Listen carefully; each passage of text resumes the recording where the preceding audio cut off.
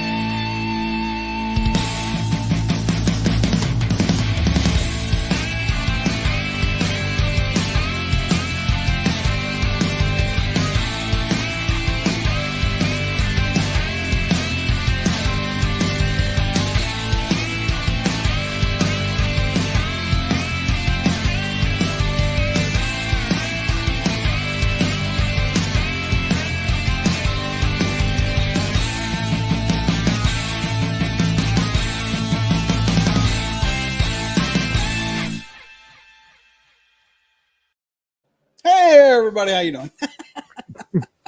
Dude, that intro never gets old. I love it. I'm in fucking love with that thing. Mm-hmm. That music is just so perfect for this channel.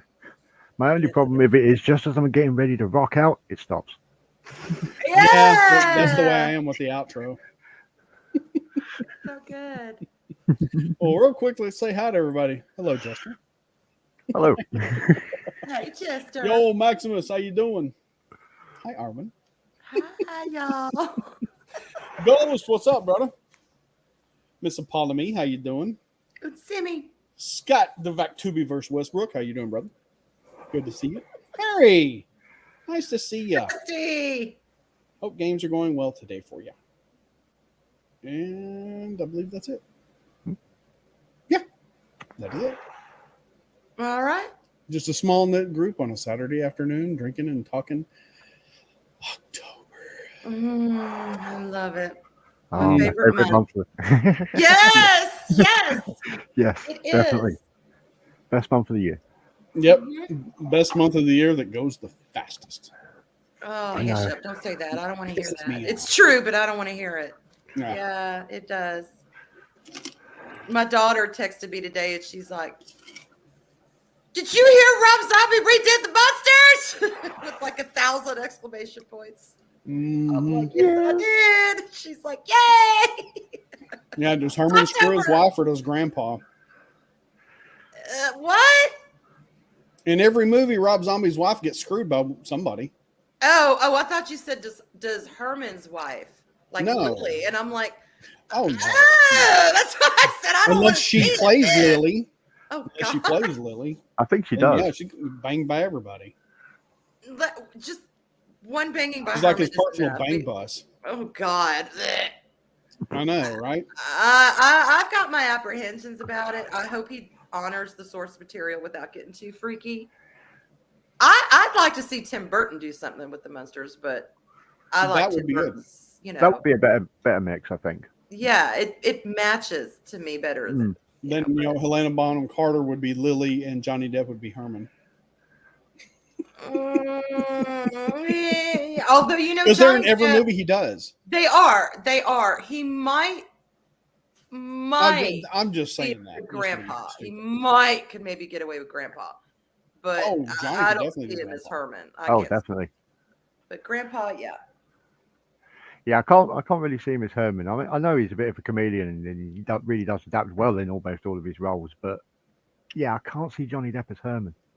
Herman needs He to just maintain that he doesn't have sweet. the shoulders. He doesn't. He doesn't. I mean, they would definitely need to put him on some stilts and some, Mm.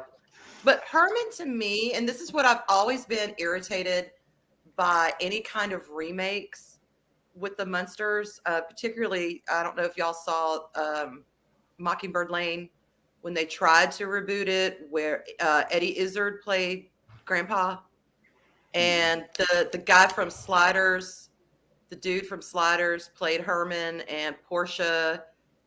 John Ross Degrassi Davies played Herman? No, the lead dude, the lead Jerry dude. O'Connell? Yes, he played Herman.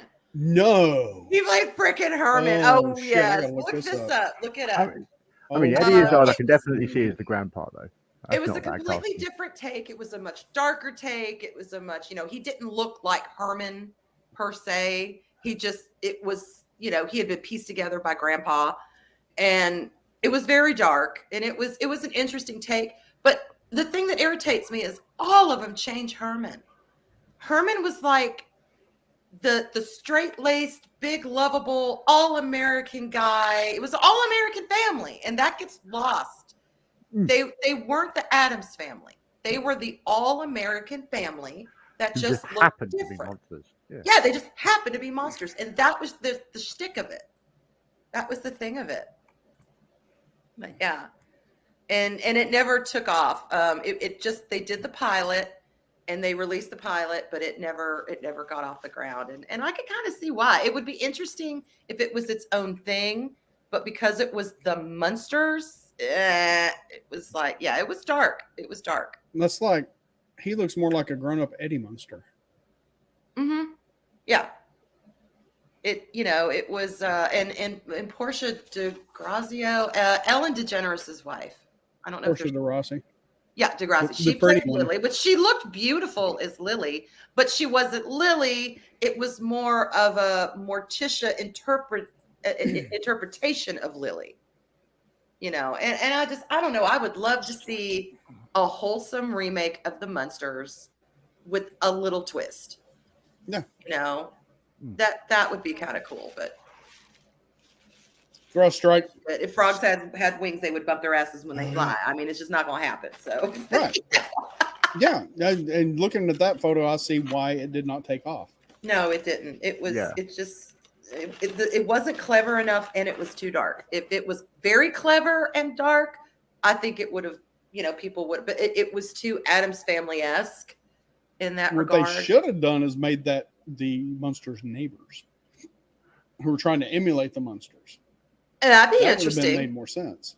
The It's like, coolest they're our part neighbors. Look at them. I mean, they was at the end when they were talking about getting Eddie a pet, and they're like, "Oh, your pet is arriving today," and then you heard a screech in the sky, and this huge dragon swoops down. Spot comes down. I love That was the coolest part when Spot the dragon arrives, and it's Eddie's pet. Yeah. And I'm like, "Run, Spot! Though they're gonna stick you underneath the staircase." Hey, he lives like Harry Potter. He does. Spot's happy. Spot's happy. But yeah. Oh, anyway. So we'll Yeah, I see. mean, it would have been great to see that, but I saw just a picture of the one that's on now, and it's like, it looks like a bad 80s movie just from the photos. See, why don't the they go makeup back is to over the the top. 60s? Why don't they go back to the 60s? Do it like the 60s. The bad 80s movie style is kind of Rob Zombie's signature, though. That's true. All of his films have kind of got that vibe. That is Yeah, true. but the thing is, they're not good. They're not bad good. They're just bad. Oh, I'm a I'm not fan a of Rob good bad Zombie movies. connoisseur, Dude, I so I love a can't bad talk. movie. But his movies are just bad. Oh, well. yeah, I they're, mean- they're definitely not worth a rewatch. Yeah. You can watch them once and then it's like, okay, I'm done. Now, did That's- Burton do the Addams Family? No, he didn't do the Addams. Who did the Addams Family? The one with Angelica Houston and Raul Julia. I don't know, but Raul Julia, no. Oh, nailed He it. was Nailed it. Gomez. Yeah. Holy shit. Hey, Ronnie, what's up, man? And Angelica Houston as Morticia. I mean, those two just had Really? chemistry. Oh, yeah. That I was think they good. became the definitive couple in those films. It was I just- agree. I agree. I think if you could have put Raul Julia with Yvonne DiCarlo, oh my fucking god, it would have broke the universe. With Yvonne DiCarlo, Mm-hmm. she was Lily Munster. I don't know. You mean make her Morticia? I'm confused. Or her Just- playing Morticia, the actress playing Morticia. I'm sorry, I'm confusing Daryl. Stop, I'm sorry. You both confused me. I've lost. I'm okay. Oh, Daryl! Oh no. See, I love Morticia. I've always wanted to be Morticia, but I'm more of a Lily Munster. You know, I am. So, but I love Morticia. Daryl, come back. It's okay. Sorry, I didn't mean to confuse you. I had a brain fart. I'm sorry. It happens to be all the time. Hail Emperor. Hey, Palpatine, Queek Quack Jin, made the Jedi way. Hail Hydra. But anyway, but yeah. So I'll have to start watching the Munsters. So I watch them and some of the Addams Family every October. It's like I try and watch something Halloweenish or, you know, monsterish or ghost story or paranormal-esque at least once a day, 31 days of October. And of course, I will probably watch the Disney's version of Sleepy Hollow, Ichabod Crane 1,000 times for the rest of this year, because that is my favorite ghost story, and that is my favorite rendition of that ghost story is the Disney version. Man, I got to tell you, Johnny Depp's version is up there for me. Oh, it's good, but it is not. They veer off from the story. It's a derivative. It's not the actual. Yeah, which is fine. Which is fine because I enjoy it. I watch that too. I'll watch that probably at least 3 times. But that original freaking story, and I read the short story every year. I love it. I can't get enough of it. Yeah, I just like Christopher Walken as the horseman. Oh well, who else? Yeah. Oh God, yeah. Who else? But you know, gnarly. I'm gonna ride my gnarly. horse. Of course. I can't do Christopher Walken very long because it kind of fades into Katharine Hepburn. He's like, I'm going to ride my horse to the car down the road. And then I'm going to. Yes, fun. Yes. It just digresses every time. It's like, okay, whatever. Spencer, come get me, Spencer. Yes, so Miss Daisy, I'd be honking. Oh my God. But yeah, he was terrifying in that film. He really was. Yeah. He was. When I heard he was going to play the Hessian, I was like, I'm seeing it now. Well, see, I didn't know he was in the movie until I watched the movie. And I was Oh, really? Holy shit. Yeah. Oh, not just, man. That is on my bucket list to go to Sleepy Hollow, to actually go to Sleepy Hollow. And because they have around this time of year, they actually have a live reenactment because Washington Irwin's his mansion is there. It's not where he wrote it, but it's where he lived, and his grave is there and everything. And they have a live reenactment of the Headless Horseman, the whole play, the whole story, and you can go and you can watch. And oh yeah, I want to go to Salem, but I have heard from people who have been there, Salem is a lot more kitschy and commercial around this time of year than Sleepy Hollow is. Sleepy Hollow, you get immersed in the culture of the town and the people. You know, Salem, you go to all the witchy shops and buy witchy shit. Yeah. Kitschy witchy shit, which is fine. You know, I would enjoy that, but I want a full experience. And then you look on the bottom of the little trinket you bought made in China. What the fuck? Yeah, I mean, it's like no, but yeah, Sleepy Hollow. It's like they ordered these off Wish. I want to see the the little churchyard. I want to see the bridge. They have the actual path where the bridge was, the original bridge, but then they have a replica of the actual bridge. They had to rebuild it. Good Lord. Yeah. The bridge wouldn't have survived that long being wooden. And I would love that. If y'all have never read the story, Read it. It's not very long, and it's fan fucking nominal this time of year. Get yourself, some apple cider, hard cider or not, some pumpkin spice tea, coffee, whatever. If you got a fireplace, why? sit in front of it and Wait. read it. Non-alcoholic cider. What? No, I said hard cider or not. I said hard or not. Yeah. Yeah, but that just sounds wrong to me. What, hard cider? No, not just the Oh, idea not. of it not being hard. I agree. Where is prefer hard Chris cider. Persia when I need him, or Mark? What, hard cider? What's wrong with that? Oh, the past 1 minute should be clipped and just played audio only. Because this is like, everybody. wait, hard or not? What?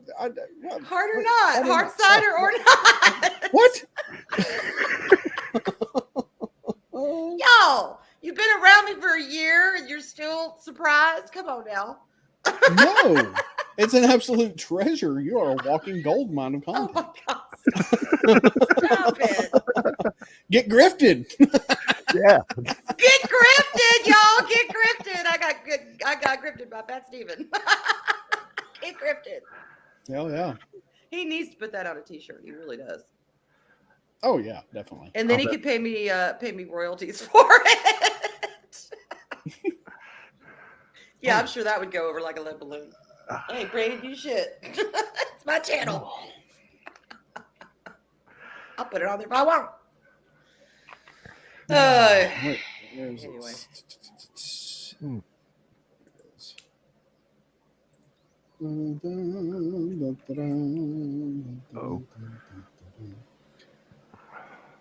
Oh, I'm sorry. Why do I have that on there? What you do with Daryl? Oh, Something shiny run by?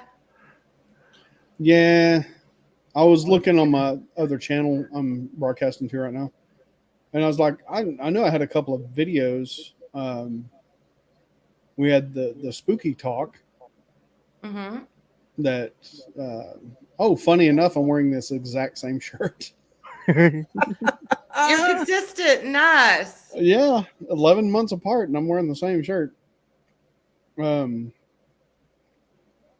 I just, for some reason, when Mexican Iron Man came on the VacTube, I streamed it to that channel. Mm-hmm. I'm like, why? That's a horror channel. There wasn't anything horrible about that except the way I act. Anyway. Well, I got a question for Jester. Uh-oh.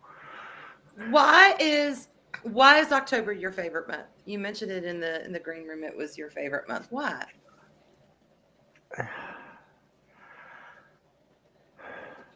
It's a very Okay. sorry. It's a loaded question. Yeah, it's a very loaded question. Well, primarily Halloween. The one day of the year where it doesn't matter who you are, you get to be someone else. This is true. And I love that concept as a role player. Yeah. It appeals to my inner gamer. So Mm-hmm. yeah, everything in October is just leading up to Halloween and the anticipation of who's going to be what. And It really is a season. It's a monthly season. I've always felt that. Yeah, I agree. And what costume's going to get turned slutty this year? Right? Is it going to be nurse, Freddy Krueger, cop? I'm looking forward to Slutty Two-Face. Slutty Two-Face? Oh, Yeah. dude. Chocolate vanilla in the same. Oh, my God. Mm. I'm Yeah. thinking about going as the church lady. Or a nun. Oh, my God. That's funny. I mean, we're supposed to be something that we're not, right? I can get It's it. the Oh, my idea. God, church lady. Oh, my God. Church lady. Isn't that special? I don't know. Well, no, that's this one. Well, isn't that special? Yeah, see, I could get a wig and the little, vest blazer that she wears and wear like the knee high just rolled down like Can she you play does. the drums? Can I play the drums? Mm-hmm. I could probably fake it, but Okay. why? Does she play the drums? Oh yeah. Dana Carvey plays the shit out of the drums. Yeah, but And does Church Church Lady Lady does play too. the? Oh, okay. I Oh, was like, yeah. I don't remember Church Lady playing the drums. So that'd be fun. I could do Slutty that. Putin. Slutty Putin. That's when you've been in it too long. Slutty Putin. When it starts pooting on you. Well, I always buy a new witch's hat, like a fancy, nice witch's hat, and I wear that in black. But that's me almost every day, so it's not that different. But it's That fun. reminds me. I need to get my mum a new broom. All right, here's your tagline. See if you can pull it off. Could she be motivated by, I don't know, maybe Satan? It's a Hello, little pitchy, Satan. but- Damn it. I don't know. I Oh. haven't done anything We're really 20 for minutes in and I'm already empty. Halloween That's a in the disaster. past 3. Well, let's see. What did we do anything last year for Halloween online? Not that I know of. I know think we had to a done karaoke, something. maybe. Oh shit, I don't know. Now I got to look at the channel. I was gonna say, or did we do a bougie boozers? I mean, something had to have happened on Halloween, and I just We can't may have remember. had a pub chat. I don't know. Maybe. Yeah, we did. We had to have done something. I don't believe we didn't do anything. And see, the Halloween before that was not my daughter. I was so sick and so depressed that my daughter actually set up the Christmas tree on Halloween night for me. She did. She did. But see, we always put Ghostface, the mask of Ghostface. That's our tree topper every year. So she was like, well, why don't we just combine it? And she did it because like I said, I was just sick. I was down. Yeah, That we did. 2020. Okay. But last year we had so we got to do something again this year too. I don't know what does Halloween fall on? Let me look. Look, y'all, we're already planning, damn it. Oh wait, that's YouTube. Uh-oh. Hang on, calendar. All right, it's a Monday, so we could do Yeah, something on the Stephen- 29th or I don't Steven know. was on, Ghost Rider was on, you were not. Oh wait. I wasn't on. Yeah, you were. You showed up about an hour in. We went almost 3 hours. Oh, because really? You had somebody else's stream to do. Yeah, I think so. Yeah, it was me, Arlena, Steven, you, and Ghost Rider. Okay. And then I think Tron came in. That could have been when he dropped the F-bomb. Oh, you may be right. You may be right. So, anyway, So, yeah. we'll do something. Friday and Saturday. Why not? We could celebrate it twice. Now that's So nice. I did to me. Yeah, we'll party all weekend. We'll do it on Sunday too. We'll party all Shit, I'm down. weekend. I'm down. I mean, I'll get an see, extra bottle of rum in. There you go. Yeah. Spiced rum. Yeah, I won't drink any wine. I'll do some rum. That just sounds like a Halloween beverage. Hey, Mark. What do you mean? Mark! They were so far ahead. It was like 23 to 6 Are they right before the show. chokers? Are they chokers? Do they choke like in the last? Well, Oklahoma scored a touchdown in like the first 2.5 minutes. Oh. But Bama was way ahead, 23 to 6 or something like that, right before the show started. So I had it. It was on. We have TVs on for noise, so it was on one of the TVs, and I just glanced up at it. I don't know who Bryce Young is, but oh damn, yeah, Okay. they're pulling the Cowboys. It's getting dark in here. Damn, let me turn it Going on. all good until the fourth quarter, and it's like, oh hell, fucking, let's just go home. Absolutely, Phil. Fucking drop the fuck bomb. I don't care. I had hopes Ian was going to play me. Pay me a visit. I was like, play me? What? I was confused. thought maybe we were talking about Halloween. I'm like, somebody's gonna play me for Halloween. Oh my God, what? Oh, damn. Eddie, what's up, brother? Long Hey. time no see, man. How you doing? Good to see you. It's great to see you, buddy. I feel like Willy Wonka because now I have this kazoo sitting on my desk, and I want to play a little tune every time I gotta go off camera. It's like I gotta go refill my drink. Do it.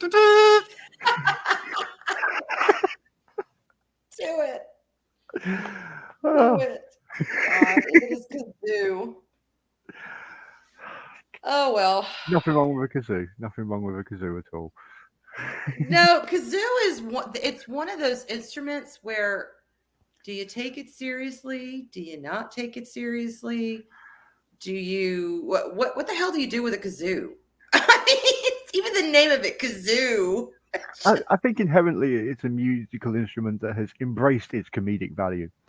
I think you're right. It is what it is. It is the nature Yeah. of the kazoo to make people laugh, and it knows it, and it's happy that it does its job. Yeah, That's the kazoo. exactly. There's nothing wrong with just making people laugh. Yeah, we need Not more everything laughter in life this needs world. to be serious. I agree with that. And I've been kind of in serious mode lately, and I need to break out of that. I don't like being. Yes, I mean there are times to be serious. I get it. God knows I get that. Yeah, unfortunately, can't avoid adulting. Yes, you can, and it's like shit. Here we go again. I have to be an adult. It sucks ass, but it is what it is. But at the same time, it's like, damn, just lighten up and laugh a little. It's not that deep. It makes you feel good. It releases endorphins. Hmm. A good smile is shit worth 1,000 things, in my opinion. A good smile, even a forced smile, releases endorphins as well. Yeah. And I read Which somewhere it makes takes you want more to smile. muscles to frown than it does to smile. It takes more muscles in your face to do a frown and causes more wrinkles. And in the long run, no, smile. I mean, know? yes, it does use more muscles, but the muscles you use when you smile are bigger, so you use about the same amount of energy. But it feels better. Oh, definitely. The endorphins effect of just smiling cannot be understated. Welcome back, Willie. I don't have endorphins. I have endorphins. It dork fit. Now they sound fun. Where can I get some? But Mark should be smiling. Bama just scored again, so he should be smiling. Okay. Hey, Chris. Man, Hey, could have used Chris. you earlier for a clip. Don't listen to him, Chris. He knows not what he speaketh. Yeah. He knows. If you do hear the first 20 minutes of the show, you'll know. Once that conversation starts, it's like 1 minute of solid audio gold. It's not that Yeah, it salacious, is. Chris. It's not, don't listen to him. It's not. There's nothing salacious about I make no apologies for my part in that. Hey, RD. it. Hey, nice to see you, Rogue. Dude, I love that hat you were wearing. I thought you were about to go in something Vactubish on your little video with all the water around you. Vactubi. Well, let's just say he was wearing a Eastern Persuasion hat. An Eastern persuasion? You mean a Gutra? What'd you call me? A Gutra. What did you call me? I didn't call you. I said a Gutra. Is an Eastern. I'm not a gooch. No, not a gooch. A Gutra. Gutra. It's Arab. That's what you say if you get a hair stuck in your teeth. Jester, do you know what I'm talking about? I have never heard that word before, but that doesn't Well, mean I am that an it uneducated. All doesn't right, exist. hang on. I gotta Google this. I gotta make Look, sure I'm he saying said it's this about right. two words. What I saw was a rice hat. A Gutra. Okay, yeah. All right, hang on. I'm gonna share this. Y'all have seen a Gutra? Come on now. I don't know the I probably have terminology. seen them, but I'm an uneducated swine. No, hang on. Let me share this. I also resemble that remark. There, Daryl, share that. Shit. I gotta wait on it to load. Oh, Jesus Christ, no. That is a Gutra. That's Middle Eastern persuasion. Well, you said Eastern, Middle East. is the Eastern, East. not Middle Eastern. Oh, you well, meant Far I've Eastern. lived in the Middle East, so that's what when I fuck's think of sake, someone Eastern, said. that's where my mind goes. Shit, I lived in Saudi Arabia for 3 years. I'm sorry, but anyway, that's Gutra. I saw that every day. Oh, well, thank you for that. I didn't know they were called that. Well, at least they were Seriously? there. They may be called other things, but and then the thobe is the robe that the Middle Eastern gentlemen wear in Saudi Arabia. It's the thobe. Oh. Yeah, and the Gutra is the headpiece or the headwear, I should say. Headpiece makes it sound, but headwear. Sorry, This my is mistake. what I was referring to when I say Eastern persuasion. Oh, okay. A rice hat. Okay. I You're even talking said it. like, Yeah, oh, all right. I'm I even sorry. said rice hat. that is exactly what I pictured when you said rice hat. Yeah. But, yeah. And I saw sorry. Rogue wearing that and looked like he was wearing almost like a geisha outfit. Asian Eastern. Okay, not Middle East. Yeah, Okay, That's I'm what I said. sorry. Eastern, not Middle Eastern. Well, it's all over there in the East. I'm sorry. Now you've got images of Rogue as a geisha in my head, and I'm not sure I can unsee this. Dude, he was looking banging. RD is a good. That's a Gutra. I'm sorry. That's a geisha. Maybe RD could wear a I'm Gutra sorry, while I'm he's sorry, dressed as a Rogue. I put that geisha. image in everybody's mind, but dude, that's what it looked like to me. Sorry. You were wearing a rice hat and a geisha outfit. But you look good. And you still look You manly. great. You didn't look feminine at all. With the little rice powder, the makeup there, and No, the it was just from here. nightingale, All you could see the is from here up. nightingale poop, Oh, okay. white foundation that they And all the make, water by his dock and all that stuff he was saying. I said dock. the vermilion red lips. I mean, yeah, he could rock it. He did. And still look like a dude. Be all right. Yeah, not everyone can pull that off. No, that's true. Mm-mm.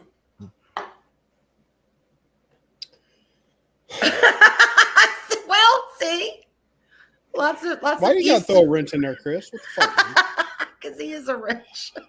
I know. wrench of That's why I wrenches. said that.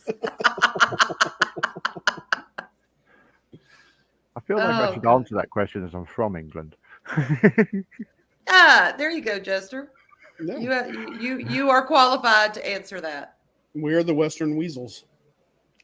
Yeah, we're still considered Western, and so are they. So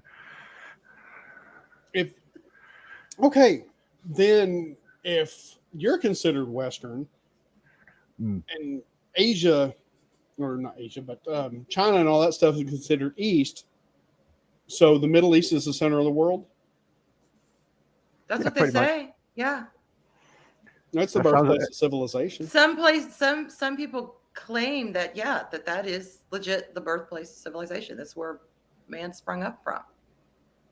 Well, yeah, I figured it was closer to like Egypt, Northern Africa, and all that. Hmm? But I mean, yeah, it could be further to the east than that. Let me tell you, you I talk I mean, about there were definitely some key developments in the Middle East. Yeah, Things like and mathematics. some of the and- oldest civilizations on the planet have Egyptian influence. Mhm. Mhm. And I've seen some caves that you talk about old. Those caves were thousands and thousands and thousands and thousands and thousands and thousands of years old. Some of these caves. I thought you quit looking on those websites. Oh, shut up! I'm talking No. about in real life. Yeah, it's That reminds me of a bad it's joke. humbling. It's humbling. Let me put it Yeah. that way. Do you know what kind of car cougars drive? A No. Ferrari. Oh God. Do you know the word homeowner has meow in the middle of it? Yeah, it does. I had to think about that for a minute. Yeah. Good luck pronouncing that correctly for the rest of your life. Oh, meowner. Homeowner. Oh, meowner. Shut up, Daryl. Great. Now it's going to be in my head every time I see that word. You're welcome. Uh, Happy to help. Yeah, I'm Eastern American then, aren't I? I'm Eastern And American. it's funny because I'm in the middle of the United States, but I'm not Central American. No, you'd be Middle American, wouldn't you? Wouldn't you be Middle American? I mean, if you don't technically go into the middle, but like But I am everything in the is middle. just divided. I mean, yeah, you Where I are. live is almost the exact middle. See, of the United so States. you would be, but you would be Middle South American because you're in the you're in the I'm not southern. South American. In the southern. I'm oh my God. We hang around Stephen too long. This Southern is part Brazil. of America. You know, I'm from Not Brazil. What the southern, hell? southern. Shit, if I lived in Brazil, I'd be a Coke lord. Okay. I mean, I am wearing the white hat. You are. You are. I'm what is considered to look like a mule. the man from the I have to backfield, think you about say, that for a minute. Yeah. "You." I look like a mule. You look like a mule. But Gia always tells me that. Anyway. It was a land called Pangea where man came from.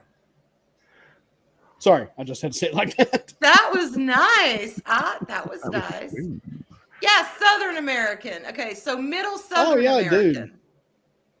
I'm There right we in go. the heart of the Mexican Revolution Mm-hmm. because they're slowly, they wanted Texas back in the 1800s Yeah. and Sam Houston got it. Well, they pretty much got it back. And what is extreme northern Mexico? Just south of Fort Worth. I'd like to go to New Mexico. I'd like to visit that. I've heard New Mexico is It's Where like a lot regular of Mexico, only fresher. artsy fartsy people go, and Yeah. that'd be kind of cool. Yeah, it's where budding Santa artists- Fe. Yeah. Yeah, that's what I've heard, and I'm like, that may be kind of nice. If I ever go, I'll go to the Carlsbad Caverns and then go to Arizona to see the meteor crater. Yes. Oh, it is in Roswell in New Mexico. See, aliens, y'all, aliens. That's my jam. I would love to. But you talk about a kitschy place, but I'd be okay with that. Oh, hell yeah, dude. I'd go to all the alien cafes. I'd ride all the alien rides. I'm like, you alien, let me ride you. I mean, it would be so much fun. Oh my God. Buy the t-shirts, everything. I would be there, y'all. That's Chris, where you I know wanna what to go. do. Thank you. That would be does sound fun. like a blast, Because you left actually. one word of that key Yes. phrase, and we're going to clip it. Oh, what are you talking about now? Oh my God. What? I didn't say anything. You said, alien, I want to ride you. At the rides, Daryl, the rides. Everybody knew what I was talking I know, about. but it's going into our out of context section of the show. It's time for Out of Context with Arwen Evan. See? Turn that frown upside down, brother. Hey, Oh, Ted, what's up, man? How you doing? Ted. Hey, John, what's up, Rec Dragon? In Sedona. I'd love to go to Sedona, Arizona. It is Arizona, right? Sedona? Is that next to Babylona? I don't think so. But I'd like to go there, see the. I was just the thinking where big- King Tut moved. the really big. Oh yeah, you're right. Born in Babylon. Yeah, he moved to Arizona. I gotcha. Mhm. Yeah, Mm. I'd like to go there. That's where all the new agey people go. To Sedona, from what I understand. Now, although there's new agey people, and then there's freaky new agey people, and then there's batshit crazy new agey people. There are degrees of new agey people. The batshit crazy ones, I tend to steer clear of. I'm sorry, they're too freaky for me. Seems to be a common thread among normal thinking people. Yes, they're like the crazy new agey people. It depends on what they're, if they're crazy, or if they're just a little out there. If they're a little out there, I'm cool with that. But the regular new agey people, I'm pretty much one of them. I'm fine. But yeah, Sedona. Oh my God, that just made me think of something. Thank you, Eddie, for saying that. Do you remember the aliens from The Simpsons Mm-hmm. who kept trying to take over the world and possess our politicians? They Could that succeeded. even? The Simpsons have predicted so much. In our He future. succeeded. Have they succeeded? Yes. I'm Kang.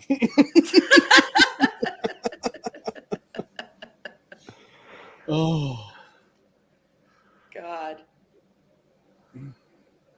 Yeah, the crazy new agey. I mean, it just depends on the degree of crazy. I don't know, but I think that's just a good rule for life in general. People are cool in varying degrees. yeah. The crazier they get, the less cool.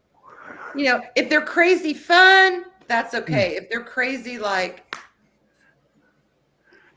gonna Just crazy? No. no, then it's like good rule of thumb is to say, I think I'm gonna avoid you. I'm just gonna step over here and you stay over there and I'll stay over here and everything will be fine in between. Just, be like standing in line at the convenience store while the drug is trying to talk to you. You're just like, yeah, it's like you stay over there and I'll stay over here and buy my shit and then I'll leave and you will continue to stay where you are and everything will be fine. There's a simple solution for that one. Just wear AirPods. You Yeah. don't even have to have them plugged into anything. Just wear them and you can just pretend you don't hear anything. That would be my Why? son. Oh, because he wears them all the time.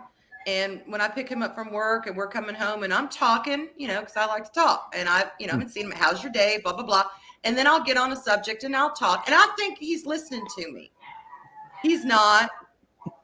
I'm just talking to, circular breathe and to hear myself talk. And finally, I just said, forget it. I give up. Shit. He's like, Mom, I hear you talk all the time. Why do I need to hear you talk now? I'm like, okay, point taken. Damn. Whatever. He told me one time, he's like, Mom, I love you, but go talk to your internet friends. I said, shit, fine. That's what we're here for. I know. He's like, please go talk to your internet friends. I'm busy. I'm doing something. Okay. yeah. They know. Mom has a life online now. And it's funny because it used to be looked down upon, and now it's commonplace. It is. Hmm. All of, well, I will say not all, my kids and my parents, my brothers, my family, but we're so spread out, But the most important people in my life I have met online. Yeah.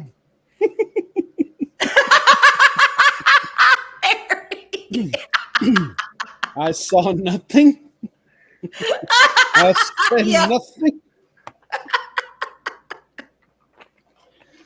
You know me, y'all. I'm never short on words. Even if they're airless words, they're still words. Oh, man. I never meet a stranger.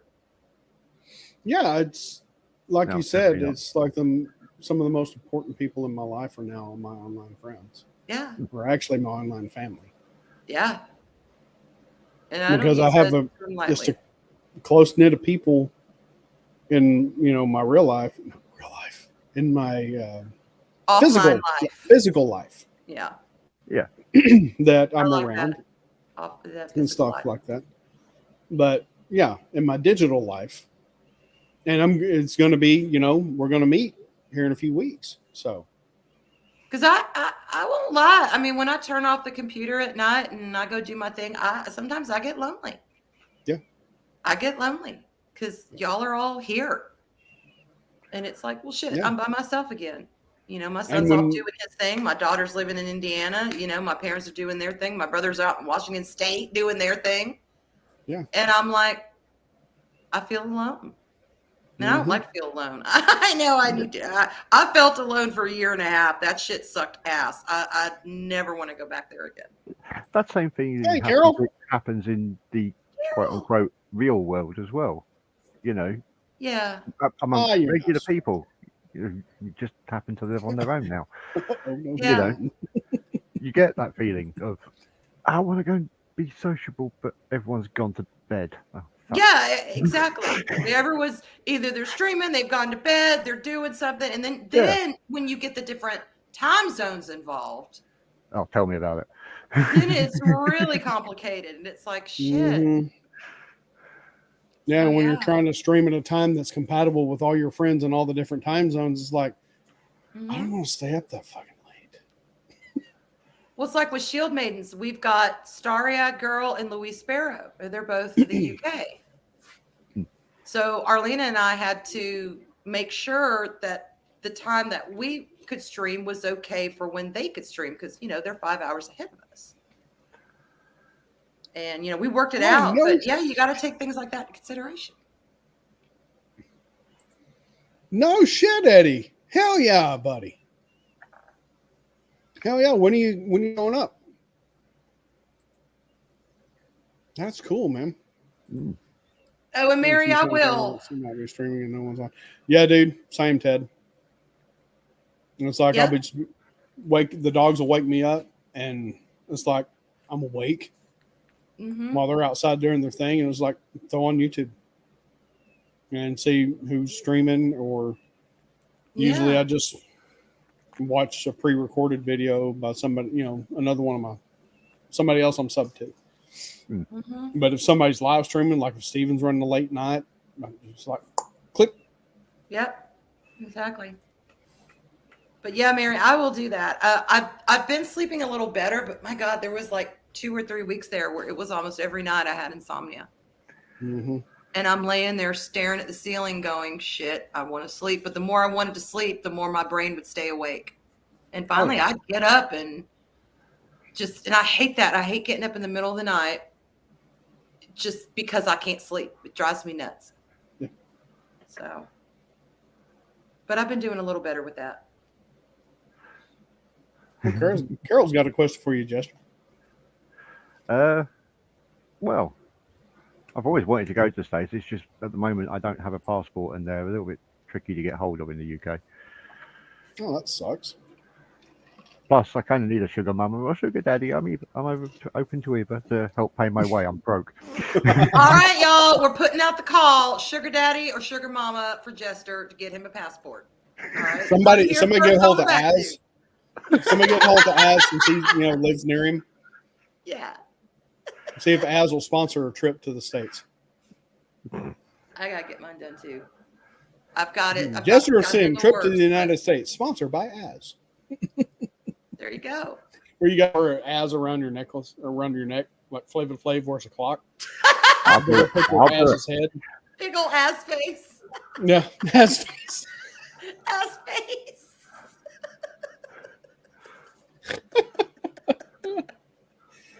Oh my Yeah, I'll god. do it. I'll do it. Give me that necklace. I'll wear Az. I'll wear ass. I'll do it proudly. His ass. What is your Jester wearing this autumn? Who designed your ass? Well, that is a Jester. sin. Right? Oh my God. But yeah, I would love to go to the States at some point. I've got a lot of friends all over the country that I'd Oh, love yeah. to go and be able to visit for a couple of days and just go, hey, how you doing? Finally, we Yeah, get to that'd be actually awesome. speak. Yeah. Oh yeah. Yeah. Dude, I'd love to go see the last Blockbuster. Still in business. Just if you come to the South, bring some cool clothing because depending on when you come, it gets miserable. Oh, even in the winter. I wouldn't. Yeah. If I go into the South, I wouldn't be attempting to get in anything. That's a nice ass. Yeah. I mean, our snowstorms are probably like a good frost for y'all. Definitely a good frost for Canada. The We usually snowstorms have in the South. about a week of ice, and the rest of the time it's just chilly. Mm-hmm. Now, last year was a Um, fluke, and we had an actual winter storm that lasted Did for y'all? several weeks. Yeah, didn't you hear? It's all over the news. A bunch of hundreds of people in Texas Oh yeah, I power did. was Okay, out. yeah, you're right. You're right. because of a corporate conglomerate called ERCOT, who controls the power in Texas. None of them live in Texas, but they control our power grids, Oh, that's and they turned them Okay. off. oh And lovely. people fucking died from that shit. They got off scot free. Yeah. Yeah, we had weeks of snow and ice. I had to work in it every fucking day. I didn't get a day off, and I didn't get to stay home. Other people, there was 3 of us in the county that I'm in. 2 of them stayed in a hotel room a couple of towns over so they could go babysit this one water plant to keep them running and up in water. I had everything else on this side of the county. 3 weeks. Wow. That was a fucking nightmare. But I mean, every I don't know, 6-8 years, we have a bad winter. Sometimes it goes a little longer, but yeah, it did go a little longer because between 09, it was 07 or 09, I think it was 07, we got down to like -9 degrees. And that's cold for the South. Yeah, that for the South, that is cold. I'm out there, trying to or chip the ice out of a wellhead or water well. I had to take the top of it off. I'm sitting there with a giant pick or a probe with a torch trying to melt the ice so we could get water. Yeah, that was fun. I mean, Northerners laugh at us Southerners because when we get any kind of inclement weather, we don't know how to handle it. But the truth is, we rarely get it like that. So when it happens, we're not prepared for it because it wouldn't make sense to put chains on our tires every winter or salt everything down because it's just not our daily or yearly experience. Yeah. And when it happens, it fucks us up. Yeah. It does. It does. It really does. And up north, they're like, although I love it. I love You're winter used to weather. Yeah, they are. They're used Chris, to it. No, we don't have snow plows down here. No, we don't. We have dump trucks that release salt. Yeah, we got gritters. We have salt trucks. We don't have anything major over here either. It's just pretty much the same. Whenever it ices over, the whole country just grinds to a halt. Yeah, and no one's going nowhere. The opposite is funny too. When it gets above like 85 degrees up north, they're like, "Oh God, it's so hot." And we're just like, "Bitch, please." Yeah, 85. But a lot of places don't have air degrees, conditioners. then come to me. Yeah, up north, there's some places where they don't need it.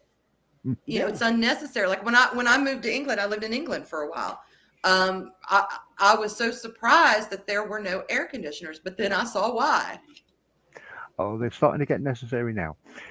I've heard that. I've heard that the weather has been so damn warm.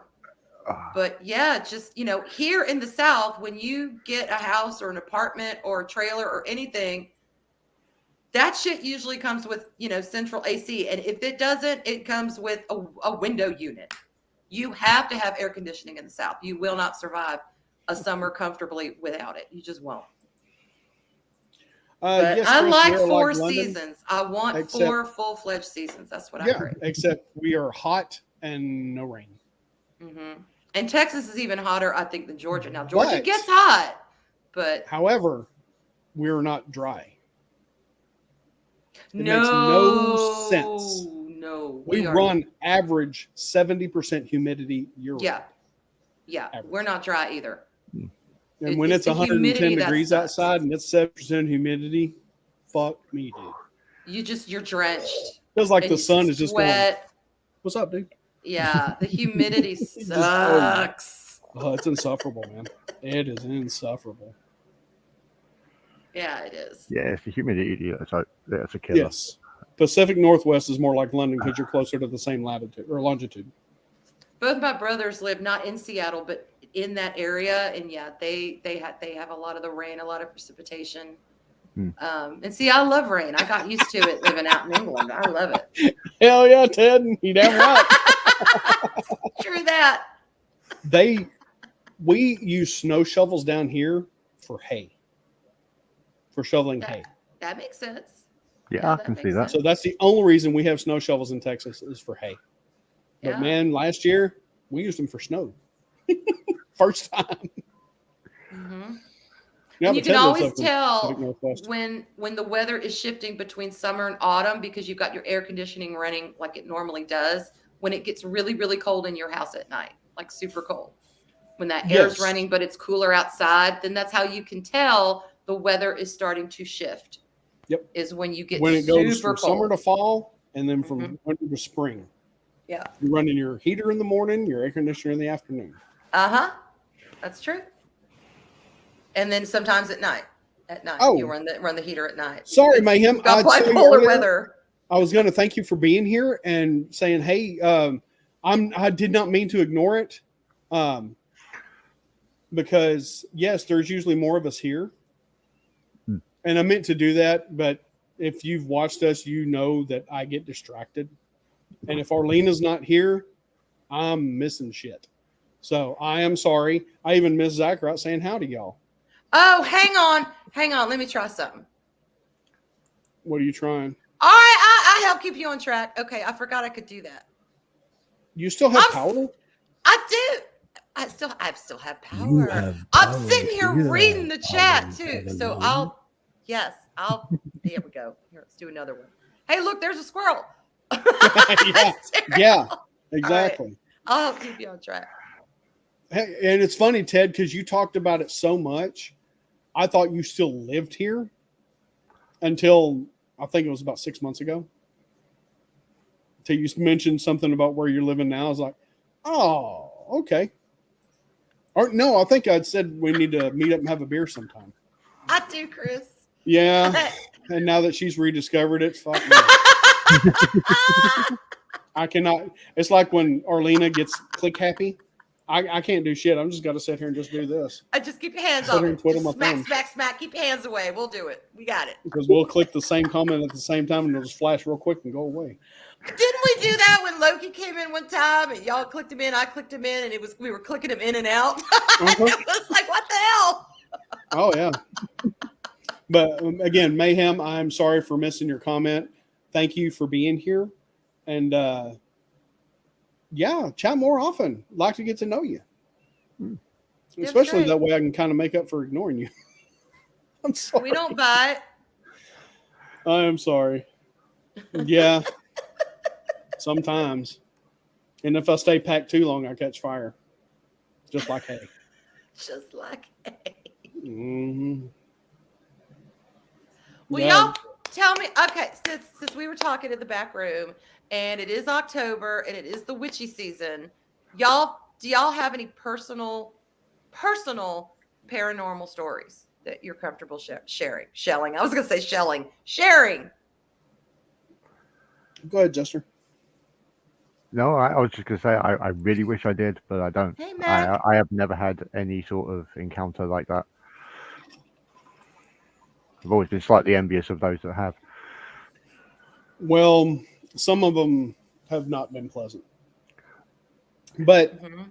I've never come across a, quote unquote demon or entity or nothing like that. It's just all been benign. But some of it has scared the absolute shit out of me. It turned me whiter than I am. I mean, I was as white as my hat. I had no color, no pigment in my skin. I was almost clear. I was so white. No, I had, and I'll never forget it. I had an experience when I was 3 years old. And I'll never, ever forget it because it made me believe, in a way, for lack of a better phrasing, it made me believe in the occult Mhm. at 3 years old. Because I had never watched a TV show, because I talked to my mom about it. I had an experience. Well, okay, I know I started that story, but I didn't mean to go into it. I was going to skip it because it's like too sensational. A lot of people don't believe it. But when I was 8 years old, you know how when you have a dream and you sit up in bed real fast, Mhm. and Yeah. you always have the fear of something under your bed? Mhm. Well, I was 8 years old. I guess I had a bad dream because I don't remember the dream, but I woke up, sat straight up in bed, saw the torso, shoulders, and head of a shadow looking at me, and then dipped under my bed at the foot. Chills. Ew, I'm getting them Yeah, now. I'm getting them. Mhm. Ooh. Yes.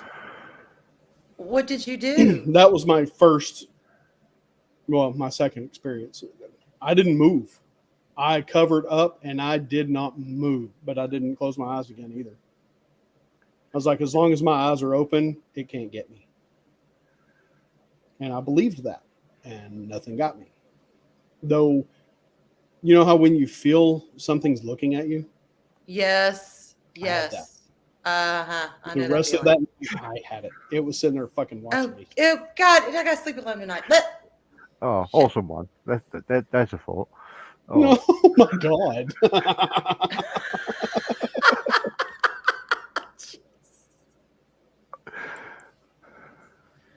Okay. Hell yeah, Zach Rott. Hell yeah. All right. This kind of Daryl, this is gonna wig you out then a little bit. Takes a lot to wig me out. Go ahead. My husband and I came home one night. We were at a coffee house, and this was actually when we were in church. Was it Years a ago. Starbucks? No. Okay, It was, not, okay. it was like a mom and pop coffee shop. That's close. You almost freaked me out on that. We're not hipsters. I mean, you know, I will get Starbucks coffee, but I don't go hang out at Starbucks with my laptop and my, you know, pretentious bullshit. No, and your we leather were just, bound folder. Yeah. yeah, I'm not organized for that. But anyway, we came home and we went and we opened the screen door, and then he opened the lock or undid the lock, whatever the hell. And he opened the door, and all of a sudden it was about not quite as tall as a grown man, but not too much shorter than a woman. I'm 5'5", and it was a little shorter than me, but it wasn't much shorter than that. But it was like crouched over, and it was this dark shadow darted out of our house. And we both stopped, and we looked at each other, and I said, "Did you see that?" And he said, "Oh my God, I was going to ask you the same thing. Did you see that?" And it was humanoid, but it was a shadow. And the minute we got it, you know, we had been at basically, it was like a church retreat. It was a church night where we're singing and praising God, and we're, you know, just having a good old wholesome time. Mm-hmm.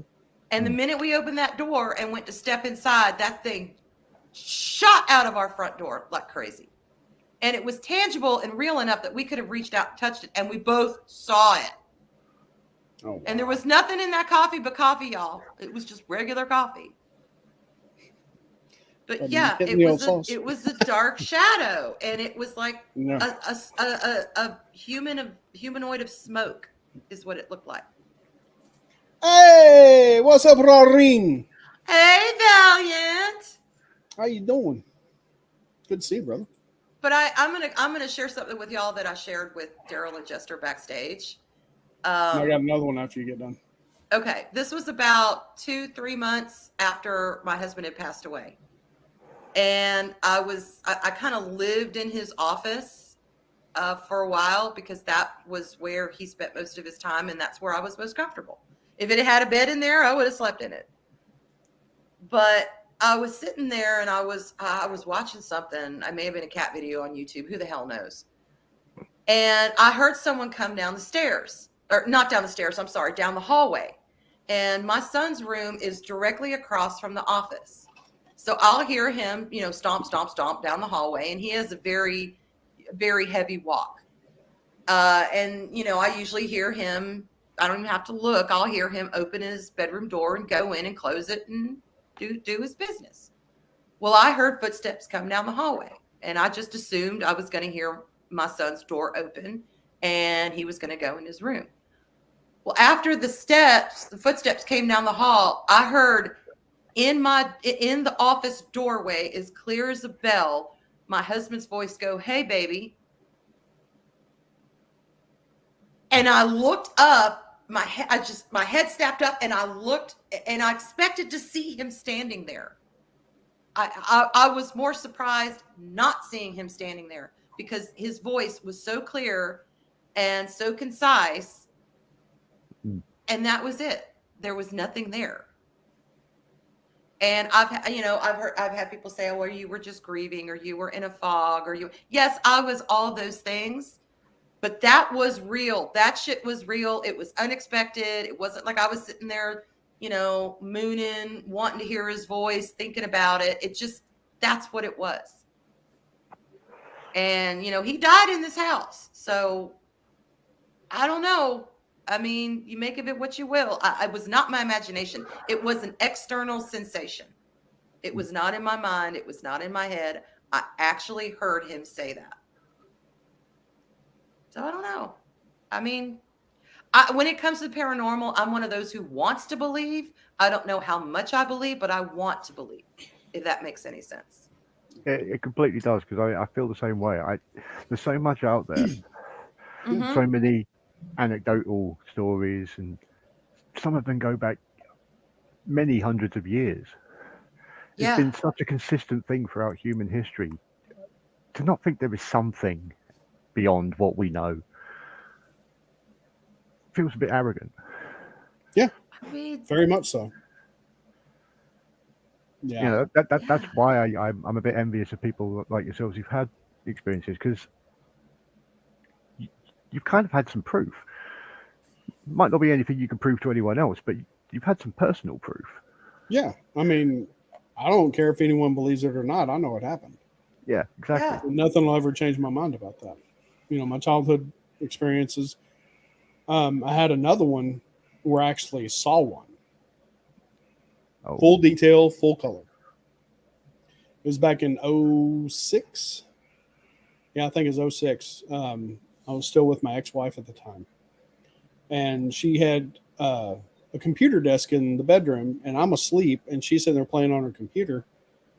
And I wake up and look over, and her grandmother, whom I never met. Did you ever see Paranormal Activity, where it shows the people just standing there staring? Yes. Ooh, that's so Yeah. creepy. That's what Yes. she was doing. Wow. But I described her. I never met this woman, and I described her clothes in detail. And my wife said, or my ex-wife said, that's what she was buried in. And I saw pictures of her grandmother, so I knew she was a redhead and a kind of a short, stout lady. But I described in detail the shirt she was wearing, the blouse. And I said, she was watching you. And I saw her. I sat up, I looked over, saw her standing there just watching. And then I blinked and she was gone. That is unnerving as shit. Yeah, but I mean, it's, even though it was with my ex-wife, I've lived in the same 1 mile radius for the past 30 years. Uh-huh. I've moved like 4 times, but it's still within the mile radius. So yeah, the Ghost Hunters TV show is pretty cool. Why do I hear myself? I don't like that. You don't. Sunday. Okay, it's gone. Usually when I can hear myself echoing, I gotta do, Sunday, Monster Truck Madness. It's a red. Wow. Yeah, and I've always been, like I said, I've never been, a sensitive, not a clairvoyant or nothing like that. I don't claim to be. And, people ask me, or I've talked to people about it, and they say, well, why don't you, tell, everybody about this, you can do stuff. And I was like, no, it's not consistent. And sometimes it's personal. Sometimes it's personal. It's like you don't need to broadcast it to, like that thing that happened with my husband is different to me. I don't mind sharing it with y'all because I've been very open about his sickness and his death, and also I'm comfortable. But it's not something that I might just, oh hey, if I'm in a crowd of people that I've never known. Oh, guess what happened to me? Blah, blah. Now my bathtub turning on whenever it does that shit. That's a little different, but I don't know who the hell keeps turning on my bathtub. It hasn't happened for a while, but when it happens, maybe it's your husband going, dude, Skank, you need a bath. Well, then he needs to learn to turn on the damn hot water too. It's always damn cold water. Maybe you need to cool down. Hot water, and maybe I do. He always did say my red roots run deep. So Chris, like, that if, is or when freaky. you got a little bit of a temper buried deep inside you, maybe, who knows? But yeah. She probably was, but I wasn't looking. Oh my God. Jesus Christ, you guys. Ew, y'all. Ew. I know it even makes me sick and talking about me. I'm like, I don't want to see that shit. You do not want to see this in the Speedo or less.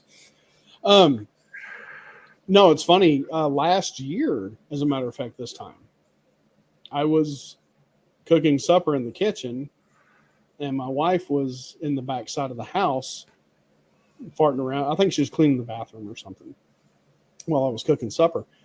So I'm sitting there cooking, and I felt a hand lay on this shoulder, just Mhm. and just whisper, "Hey." And I turn around and look, nobody there. And Okay. when we try I and do find like each it. other in the house, we just say Marco, do the Marco Polo thing. I said Marco, and I didn't move. I just kept staring at my shoulder, going Marco. She went Polo. She was still at the other end of the house, but it was this time of year. And like I See, said, but we live the on old veil, Indian grounds, and yeah. it's busy this time of year.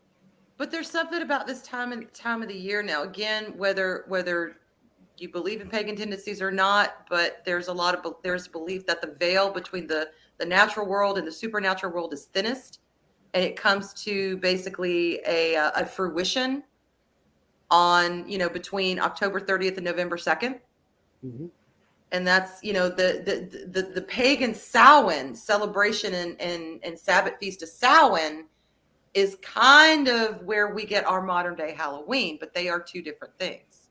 They are very much two different things. Jack-o'-lanterns originally, I think they used to be turnips. They used to be carved Yes. in scary faces to drive demons away. Because Mhm. once that veil is thin, then the supernatural can pass between the supernatural world and the natural world with ease. Hogwarts Express. Yep, y'all here at Hogwarts. Very appropriate. You're a wizard, Arwen. I'm a wizard. Yes, sir. Oh, great.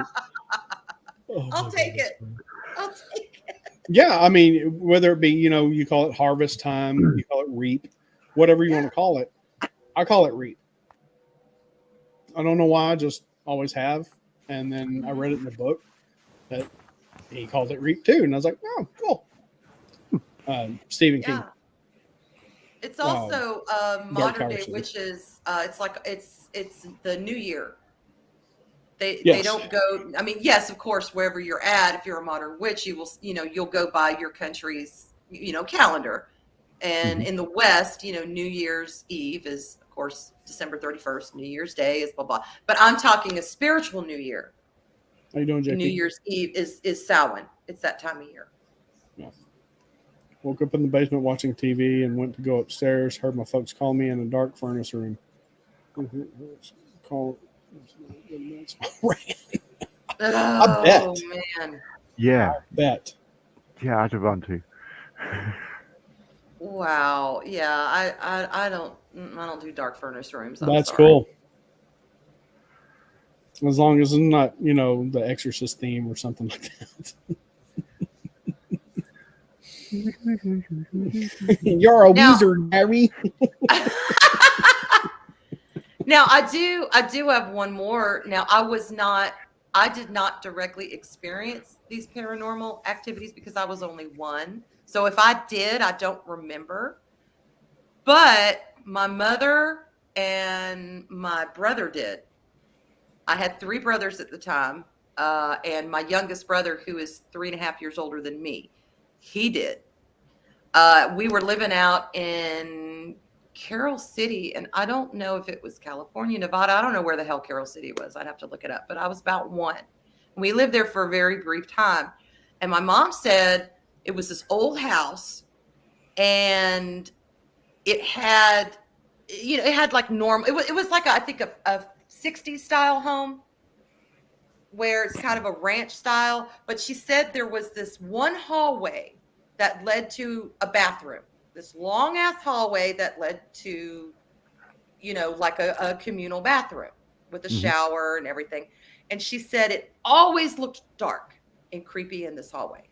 No matter how many lights they had on in that hallway, it was always super, super dark. And it was it was an old house that had been modernized. So, hey, Arlena. Hey, Elena. And she said she would not ever use that bathroom. Come on in. Get your ass in here. Because it was creepy as fuck. Now, my dad would take showers in there, and, my brothers would use it, but she wouldn't. She would always go to the one that was in the master bathroom. And she said, they would, she particularly said she would hear footsteps. She would hear creakings, and my dad would be like, well, it's just an old house. It's been redone, but it's settling and blah, blah, blah. And she's like, I don't know. We got this creepy ass hallway, this creepy ass bathroom. I'm hearing footsteps. I'm hearing creakings. Something's not adding up. I'm not really comfortable in this house. Nothing, boogabooed out at her, but she always felt unsettled. Well, she said one afternoon, she was waiting for my brothers to get home from school.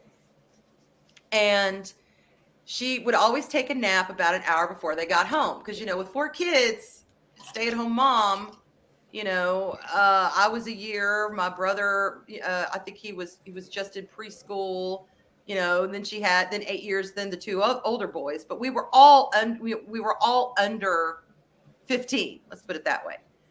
Yeah. So it was busy for her. So, she laid down, and I was in my crib snoozing, and she laid down. And she heard somebody walk in the room and sit down on the bed with her. And she thought, well, maybe one of the boys came home early. And she opened her eyes, and there was a very slight indentation in the bed where someone was sitting there, but there was nobody there. And she said, fucking hell. She didn't say that. She was like, oh my goodness. And she got so scared that she went and woke me up and was walking around the house with me like a 1-year-old. Like, what the hell am I supposed to do? She was walking around. And then it wasn't too long after that, there was a slight earthquake. There was a tremor. And my other brother, he woke up one night and he got scared. He got unnerved. He heard the tremor, but he got unnerved, and he came to the doorway and he looked down this creepy ass hall, and the figure of a man, an old man in a bed, materialized from one end of the hall, floated down the hall by him, and then disappeared in the other end. Well, he said he started freaking out. He went and he woke my parents. And then when he started telling the story, my mom, who had not shared her experiences with the kids because she didn't want to frighten them, she said to my dad, okay, that's it. Something is going on in this house. So they researched it and found out there was an old man who died about 2 years before in his bed in this home. Ooh. And then I think they moved like a month after that. She was like, fuck it, we're out. We are out. This is just getting too freaky, too weird. I'm not going to have no ghost man come sit down with me in my bed when I'm trying to take a nap. It ain't going to happen. Floating down the hall in his bed, scaring my son. No. I don't even let a live man sit down with me, motherfucker. She was like, we are out. So I don't know. Who knows? That old man could have been cuckooing at me over my crib, and I could have been goo-gooing back at him. I don't know. I was a year old. I don't remember it. So even though my first memory was when I was 1, but it wasn't anything like that. Yeah. I assume I was 3 at my first, experience, but I swear up and down I was 2. But, that age, it's kind of amazing that I remember anything, but I'll never forget it.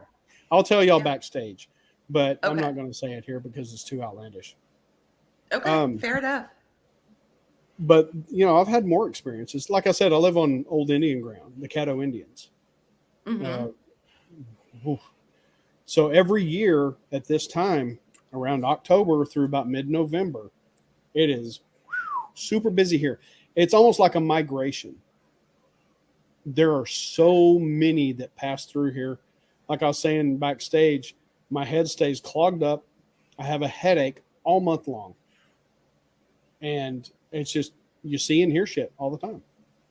Yeah. And Carol was saying that, it's weird that she thinks her cat's haunting her. No, it's not. Huh. After 6 months after He my got ex-wife's.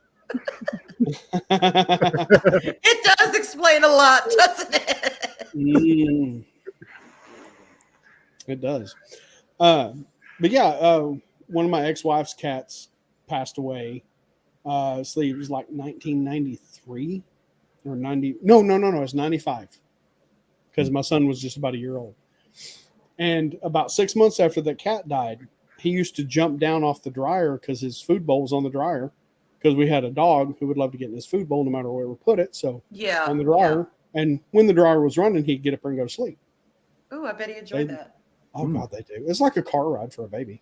Uh-huh. It's like, people say, take your baby in a ride with the car when they can't sleep. No, you just put them in the car seat and set them on the dryer. Sit him on the dryer. Mhm. Same thing. I mean, Rocks him to sleep. yeah. Yeah, So, so little vibration. And it reminds them of when they're in the womb, they hear the blood flowing and mom's heart beating. Mm-hmm. So it's a comfort. But I digress. So anyway, every time he would get done eating, he would jump down on the floor and he always made a certain thump. It was never just a regular. Wow. Shook my camera. It was always a. It Yeah. was never a single thud. It was always a double thud, where his feet were hitting the floor. And about 6 months after, I was walking through the house, shutting everything down for the night, walking past the laundry room, and I heard it. And I turned and looked, and there was nothing there because he's gone. That was the only cat we had. Wow. And I just look over there, and I just, so yeah. I Wow. mean, yeah, animals. Yeah. Because I had a dog pass away about a month ago, and 3 days ago, her sister started freaking out, and she had a certain spot she laid in under the back porch, waiting to be led back in. She'd just go in there and lay down in the dirt.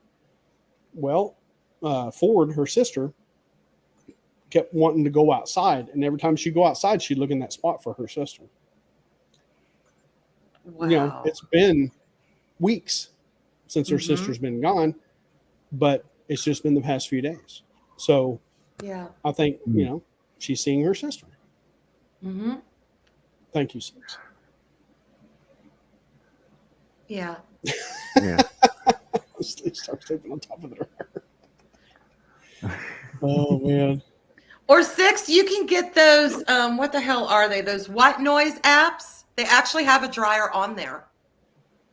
You could cycle I may through. have They one. have either the one where the clothes are tumbling, or they have just the. Yeah, Just, you can get those. I don't different know, Arwen. form. I'm not sure if that's why women sit on tumblers. Well, it is what it is. I'm just saying. Even as a man, that's kind of pleasurable.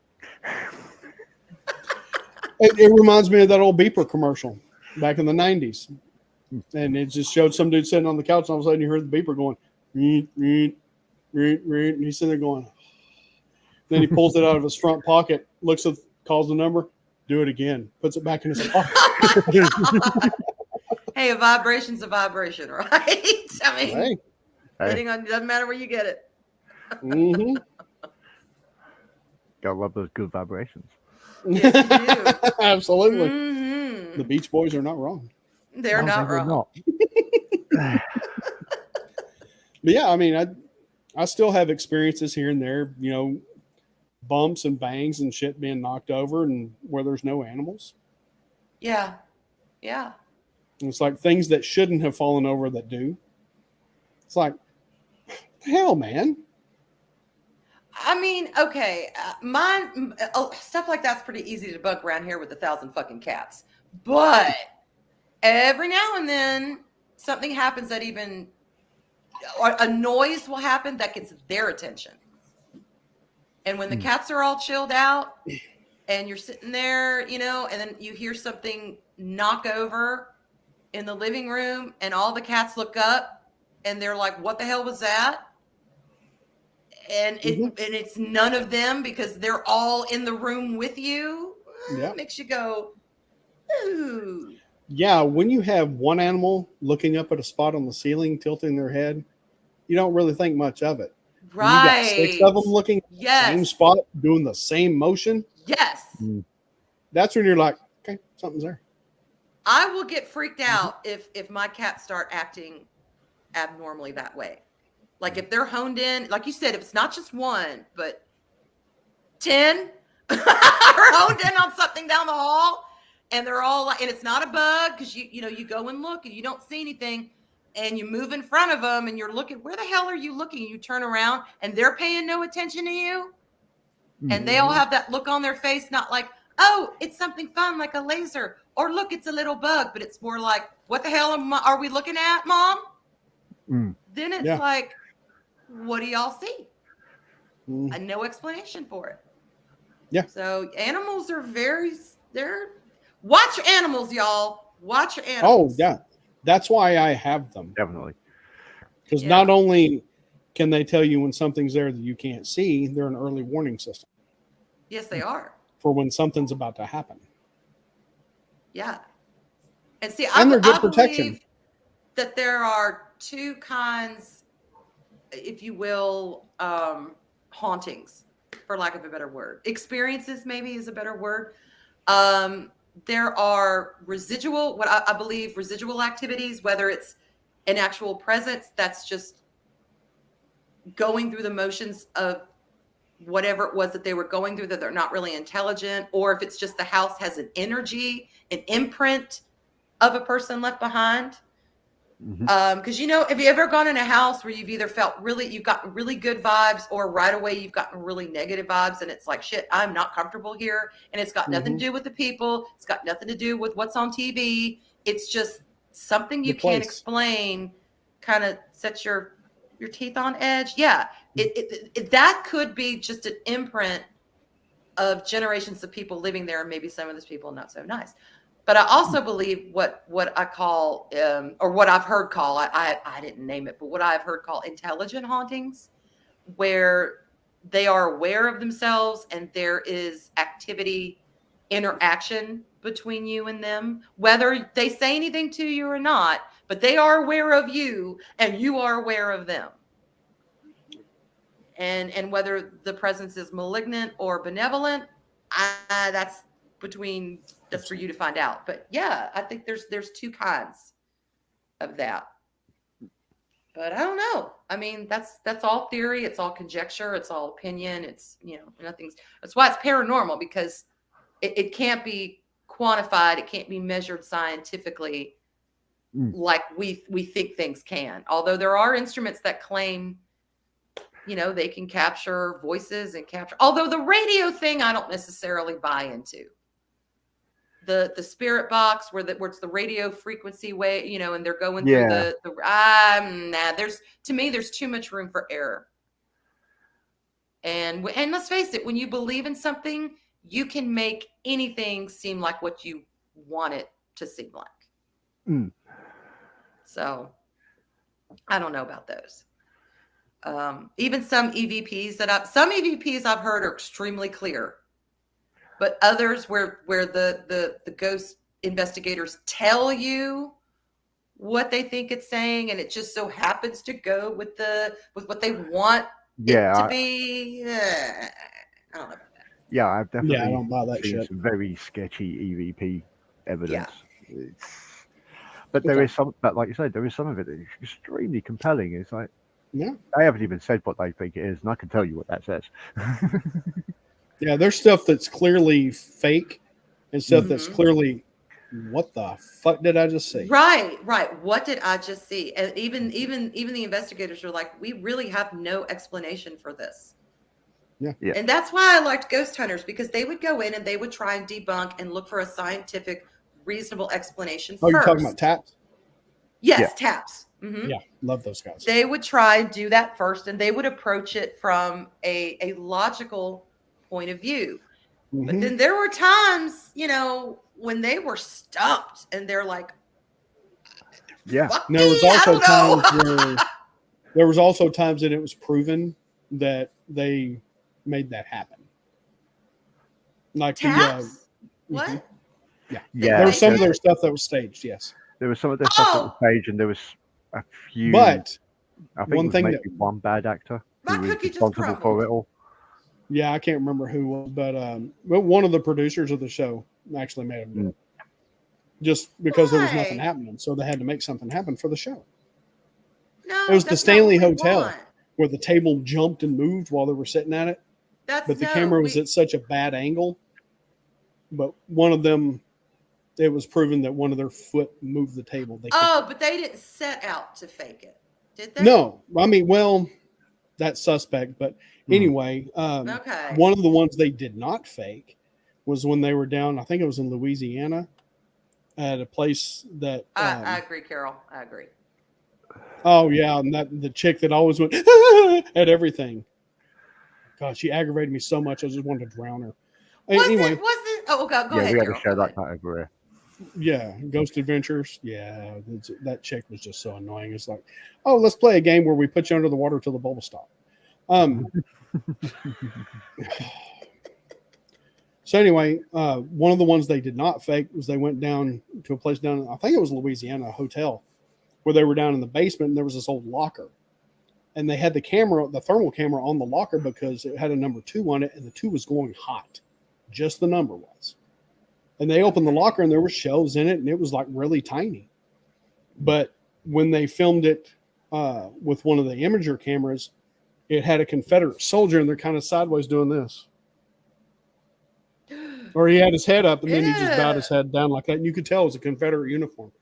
But there was no way a human could fit inside that locker. It was so tiny. Oh, but you saw the image of a soldier in there and it was, oh God, it was so good.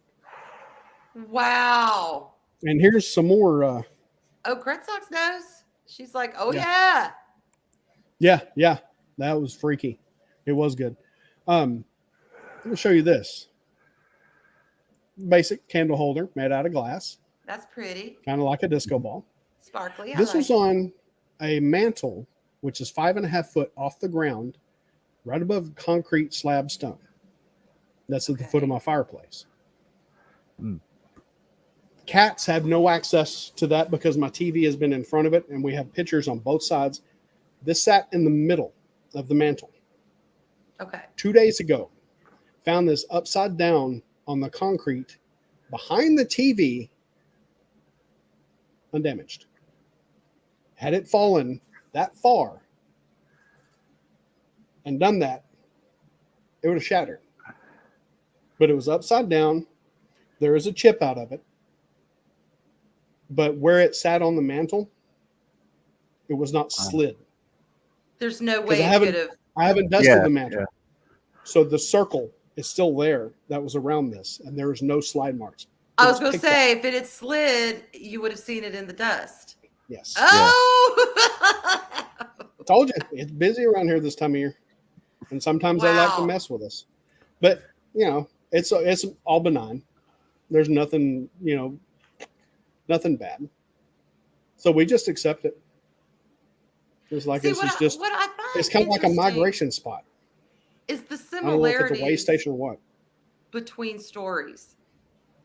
Okay, like my parents' house has a lot of activity. Nothing spooky, nothing scary, but it was called their Ghost house, Hunters.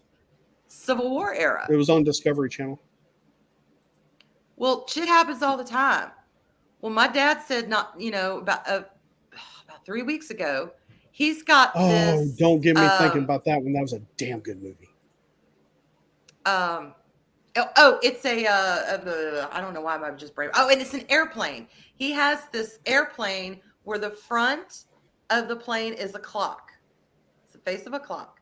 And it's heavy. This thing is like, you pick it up. It feels like heavy pewter. It's not pewter, but that's what it feels like. And it's about, I don't know, maybe the wingspan's about 8 inches and then the body of the plane's about 6. So it's a substantial clock. It could be like paper. It's like heavy paperweight, kind of hefty. Well, in his library, he sits in his recliner and he built these shelves. They're attached to the walls and it's sitting on, I think about maybe the 6th shelf up from the ground, these little shelves. And he looks at it every night. He looks up and he looks, and that's why he could tell what time it was. Their cat can't get up there. She's too fat. She's just, fat little princess cat. She doesn't mess with the shelves. She could not get up there. And She couldn't move this damn thing if she tried. It's heavy. It is hefty. Well, he looked up one night, like he always does. He looks up, look at the time. And the thing was upside down on its face. It was the clock. The clock part was facing, was on the bottom of the shelf, and the thing was sticking straight up. Wow. Weird. And he asked my mom, and she's like, he said, "Did you move the clock?" And she's like, "What are you talking about?" He said, "The plane." She's like, "No, why?" And he said, I need you to come here and see this because I think I'm losing my mind. And she was like, "How did that happen? I didn't do it. It wasn't our cat." Like how, she did get up there. She, one, she couldn't move it, but two, at most she would have nudged it to the side. She's not going to pick it up with non-opposable thumbs and stick it up on its end. Yep. And he said the same thing kind of happened in the bedroom one night. He woke up to look at his clock, and something had taken his clock, moved it on the other side of his lamp, and turned it to where the time was facing the wall. Shit like that happens to them all the time. And it's not them doing it. It is not their little prissy fat cat. So who knows? Yeah. Shit just Well, gets it's like, moved like that. I said about this. Well, not only was there no scuff marks where it slid, there were no paw prints either. So it wasn't one of your animals. No.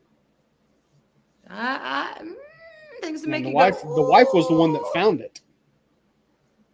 Uh-huh. So I knew she didn't do it. She asked me if I knocked it over. And it's like, "Oh, dadgum, cats knocked this over." And I was like, "I don't think so." But yeah, Um, trippy. the witching hour. That's what they say. Yep. Although here's a trick question, or not really a trick question, but what is the true witching hour? Well, it depends your time zone. No, it doesn't.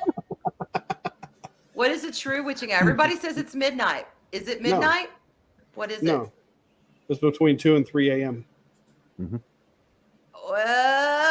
Think about it. Here, What did it's they? between 2 and 3 a.m. What did they used to say though? The witching hour. It was the what hour?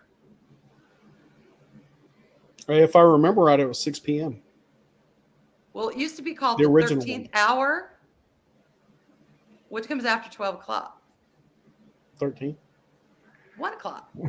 13 o'clock. So the 13th hour is technically 1 o'clock Mhm. after midnight. Now, that See? may not really mean anything. I just think that's kind of interesting because I used to think witching hour was 12 o'clock. But then I read that it was actually the 13th hour, which Yeah, is but the 13th 1 o'clock hour is after kind of like a midnight. baker's dozen, What? No, how? Shut up, Daryl. It is not. Sure it is. A baker's dozen is 13. Yeah. It's actually 1 a.m. 1 a.m. Squeak up. Because it has to be Hey, at Squeak night. Up. It has to be in the dark. Otherwise, it's not spooky. Ooh, the witching hour is at 12 noon. Technically, yes. 13. I mean, that's why I by said 13 military o'clock, which time, is but 1 I'm talking p.m. about ancient time before they did military time. Yep. Back in medieval times and it was a little more, Happy to the help. witchy stuff was a little more prevalent. The 13th hour. I know, 6, I'm getting creeped out too. I'm like, I got to sleep alone tonight. This shit sucks. Nah, it's all good. Well, who of my friends am I going to call to keep my scared ass settled down in the middle of the night? I better start going That's when through you my- watch something like a home improvement show on YouTube. Pretty much. Yeah, you just watch people cutting wood and putting up walls and shit. You'll be asleep in no time. Yeah. Either that or watch some Bob Ross. Oh yeah, I can highly recommend some Bob Ross. All those happy little trees. Happy Oh, little yeah. trees. And then watch them turn into Listen Deadpool to the little and sounds then they make. death. Ouch.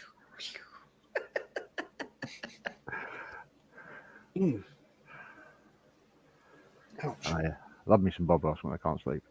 Oh yeah. Bob Ross is like visual classical music. Yeah, pretty much. Very much. Just very relaxing and Like just really chilled. Yeah. True Black Dragon. people think I'm funny because wait. not haha funny, Happy trees. but it's like weird funny because I listen to heavy metal. I listen to rock, I listen to country, and I listen to classical. I have a wide variety of music that I like. Mm-hmm. What in the absolute hell are you doing? Oh, crushing a can. Sorry, Sorry, you practicing for something? You crushing a can against your forehead? I'm no. practicing for NASCAR. In my hands. Listen. You show that can, he's boss. Yeah, Hell damn yeah. it. I'm boss. But there is a haunted hotel probably about 30 minutes away from where we're going to be in Arlington. Ooh. Let's do it. Let's go. That's in maybe about 30, 40 minutes. Oh, It's okay. in Mineral Wells. It's a hotel in Mineral Wells, Texas. Look who's here. Yay! Hello there. Hey, Elena. Hey, partner. How you doing, Hey. buddy? All right. All right. I'm sorry I didn't tell you about Jester. I didn't think you were going to be up for the show today. Well, I kind of wasn't at first, and then I was like, yeah, let me peep in and see what they're doing. And I was like, yeah, Stories. yeah. That's right up my alley. Mm-hmm. Sure is. Yeah. No, everything's good. Everything's good. I've just had to process. So, did you tell the chat what was going on? Nope. Okay. I just said you had some family stuff going on. So I just learned that my dad has stage 4 cancer. But he's 80 years old. He's lived a good long life. My dad and I have settled any differences that we've had in the past, which mostly stem from teenage years. You know, teenagers. Mm-hmm. But it's hard when you lose a parent. He's still here. But I just think how many times Arwen has told us about her husband, and they gave him like 6 months with stage 4. My dad has stage 4, and he could live another 3 years like your husband did. So, do you know? Do they know what kind it is? oh boy, liver, colon, possibly other places. Not sure. That sounds like Robert. Mm-hmm. They actually gave him. Now, to be fair, though, my husband was much younger than your father. Mm-hmm. They said if he responded to treatment, blah blah blah blah blah. If it was 2 years, but he did live 3. So yeah, your dad could. Yeah, we don't know. We don't know. We don't. It's when your name is written in the book and the good Lord calls you home, that's when you're going. That's it. We have no control over that. There's 2 guarantees in life: taxes and death. Yeah, pretty much. Pretty much. So, inevitably, we all know it's coming. Like I said, my dad is 80. This isn't entirely unexpected. Yeah, it's still hard to deal with because it's my dad, but of course, I'll get through it and fight through it, and it'll all be good in the end. I'm definitely not looking forward to it, but my dad's tough, man. My dad is tough. He could pull through this for another year. The only thing that I'm praying for, and I would appreciate if y'all pray for it too, is that A, he doesn't suffer, and B, that he doesn't pass during the holidays, because that is the worst. Yeah. Understand. That's it. Okay. Or on my birthday. That would be really bad. Because those times are gonna, let's talk real, they're gonna be difficult enough as it is. Yeah, exactly. Whenever he passes. But you still got time with him and make the most of that. Oh yeah. Yep. Yeah, like I said, my dad and I have made amends for the past, and we're in good standings. That's awesome. That's awesome. Yeah. Every day. But yeah. But and we don't talk religion a lot or faith a lot, but Arwen and I are both apostolic Pentecostal, so we know what awaits for us, and it's very bright. So Is it so bright you got to wear shades? Man, shades won't even cut it. Nah, we don't need no stinking shades where we're going. We don't need no shades. We don't need no stinking badges. Shit, I'm about to put on my sombrero. But y'all are talking creepy sounds horrible. stories, man. I freaking. How many times have you and I talked about this, Arwen? Oh, it's like one of our favorite subjects. Gosh. Yes, Well, I love this time of year. I'm kicking off the. Even though I've had the channel for over a year, I'm starting to put more stuff on the horror channel. Oh, Nice. awesome! So let's do it. Awesome. Yeah, y'all were sharing stories about creepy stuff that happened. I think I might have told you, Daryl, and maybe Arwen. I don't remember, but we had just moved from the house that I had known my entire life. I know this story. Yeah, my grandfather had built the house, and there was a falling out between my dad and his sister, so we had to move from the house. If I ever reference my dad's sister, you guys will always notice I say my dad's sister, not my aunt, because I don't know her. So she's not my aunt.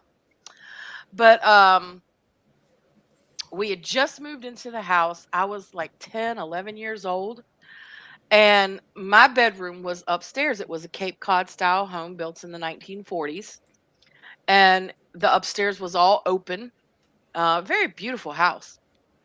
And I got my room pretty much all together. You know, I collected unicorns when I was a little girl because unicorns were magical and they were awesome. And so I had all of my unicorn collection on my my chest of drawers. So I had a chest of drawers and I had a dresser with a mirror. So my unicorn collection was on both. And my chest of drawers was in the longer part because it was all one big room upstairs. So of course it was Cape Cod style. It was a longer one way and then shorter the other way. So my chest of drawers was on the longer part, and I go to bed, and I'm just at that point where you're just about to fall asleep, but you're not quite asleep yet. Y'all know what I'm talking about. Yeah.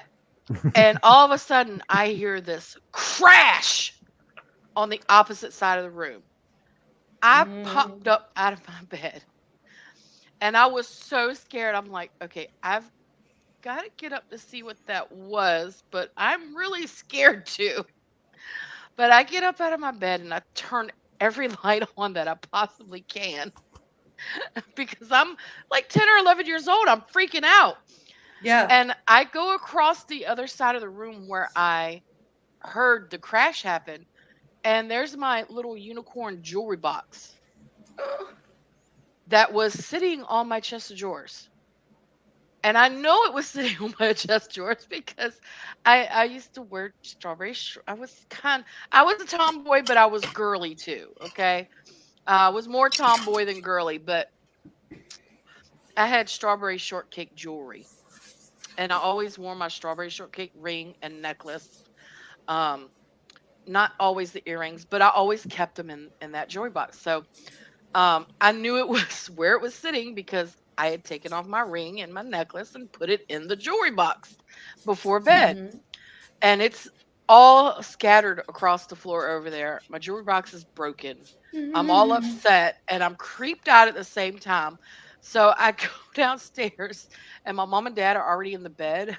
So I just slept at the foot of their bed on the floor that whole night. I don't blame you. I would too. My mom gets up in the morning and she almost trips over me and she's like, "What the hell are you doing down here?" And I'm like, "I had something really scary happen last night." And she's like, "Well, what happened?" And I told her what happened. And she's like, "Oh, it was nothing, you know." And I found out later that my mom had some stuff creepy like happened to her too. But, you know, she's trying to encourage me because I'm 10 or 11 years old and she doesn't want me sleeping downstairs every night at the end of their bed.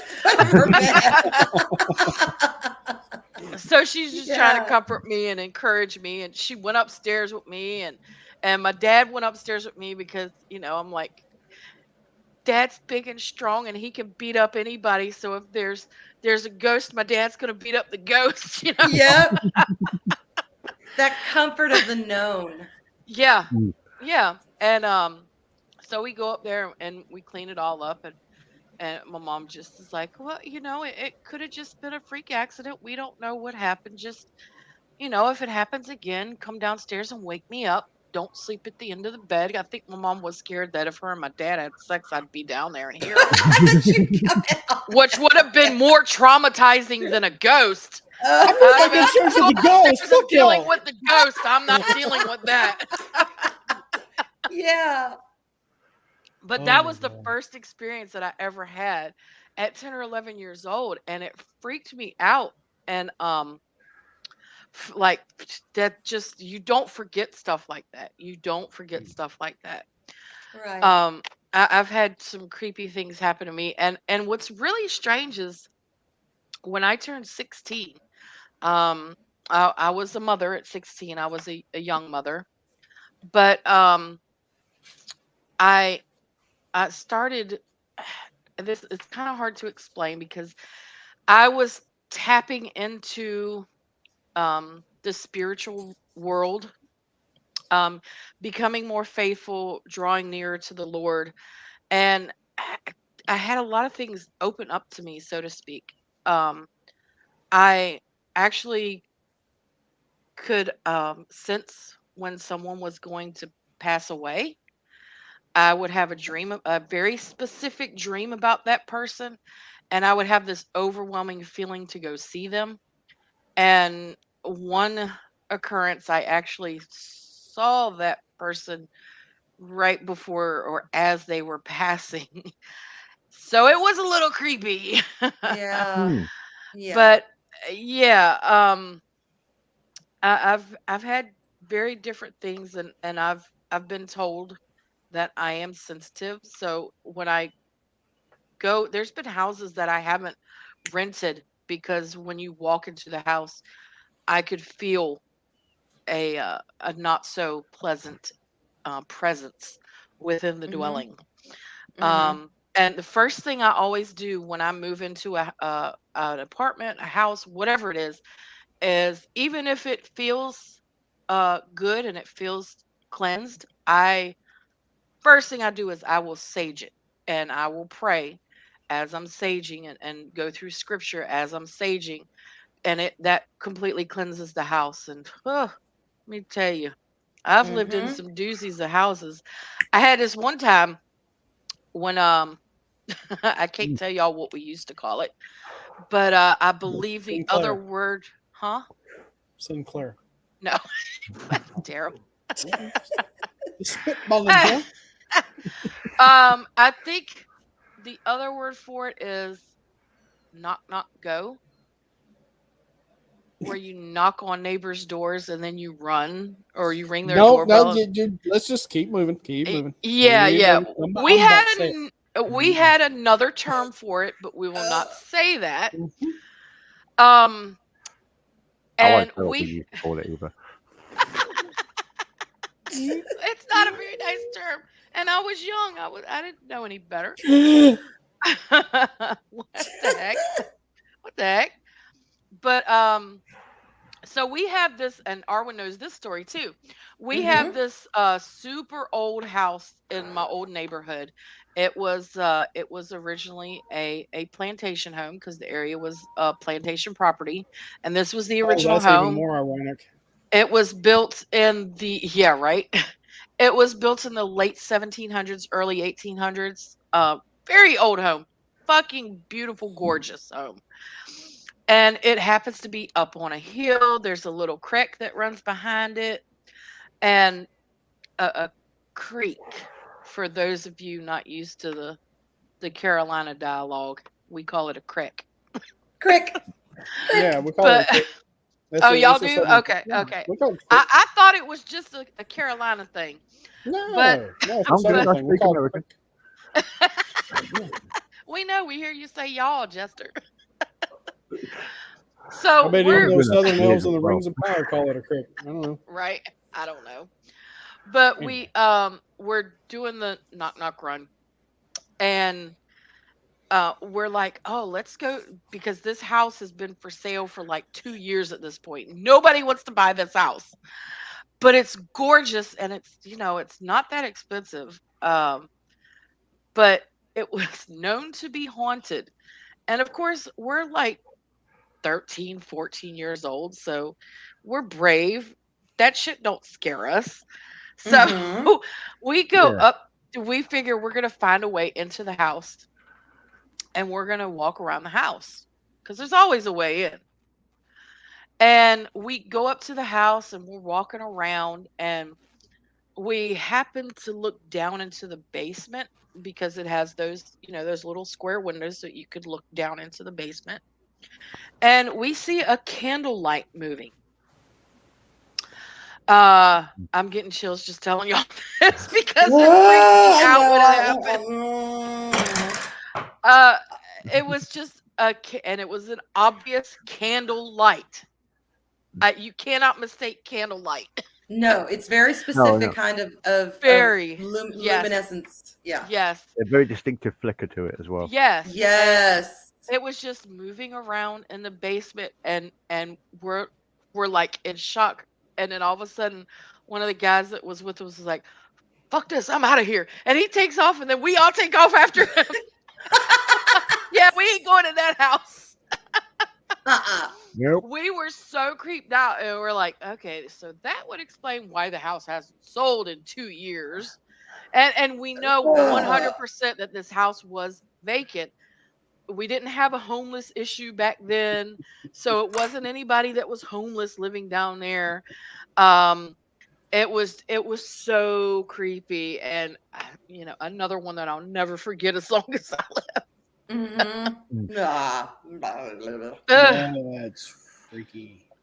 Mm-hmm. First My time we cats are purchased a knocking shit little old over, lady freaking Miss me Lonnie out. used to know. She died while cleaning and baking an apple pie. Every now and then after I moved in, I'd wake up to the smell of apple pie. Ooh. Oh, God, That's I not can't a get up. bad smell to wake up to, though. No, that it's not. That would make me hungry. Yeah, or that something. would be comforting in a way. Yeah. A little old lady baking her apple pie and to make her apple crumble and shit like that. I'd be like, Mhm. okay. Here, Derry, have some apple pie. Derry. But Grandma, you got an eyeball hanging in the edges of your face. It's okay, dear. Just eat the apple pie. I will be right. Oh, man. Is that a maggot moving from your mouth to your nose? Ew. Oh, that's just Henry. It's all good. Henry. Don't mind him, honey. He doesn't eat much. He likes crawling in and out of my holes. He gets in all the crevices and cleans them out. Makes me very happy. Since I can no longer shower, he keeps me clean, squeaky. Oh my gosh. Well, it's like in that movie Corpse Bride where she's got the little inchworm thing or maggot thing, whatever the hell he is. Mm-hmm. He's always popping in and out of her eye, causing trouble.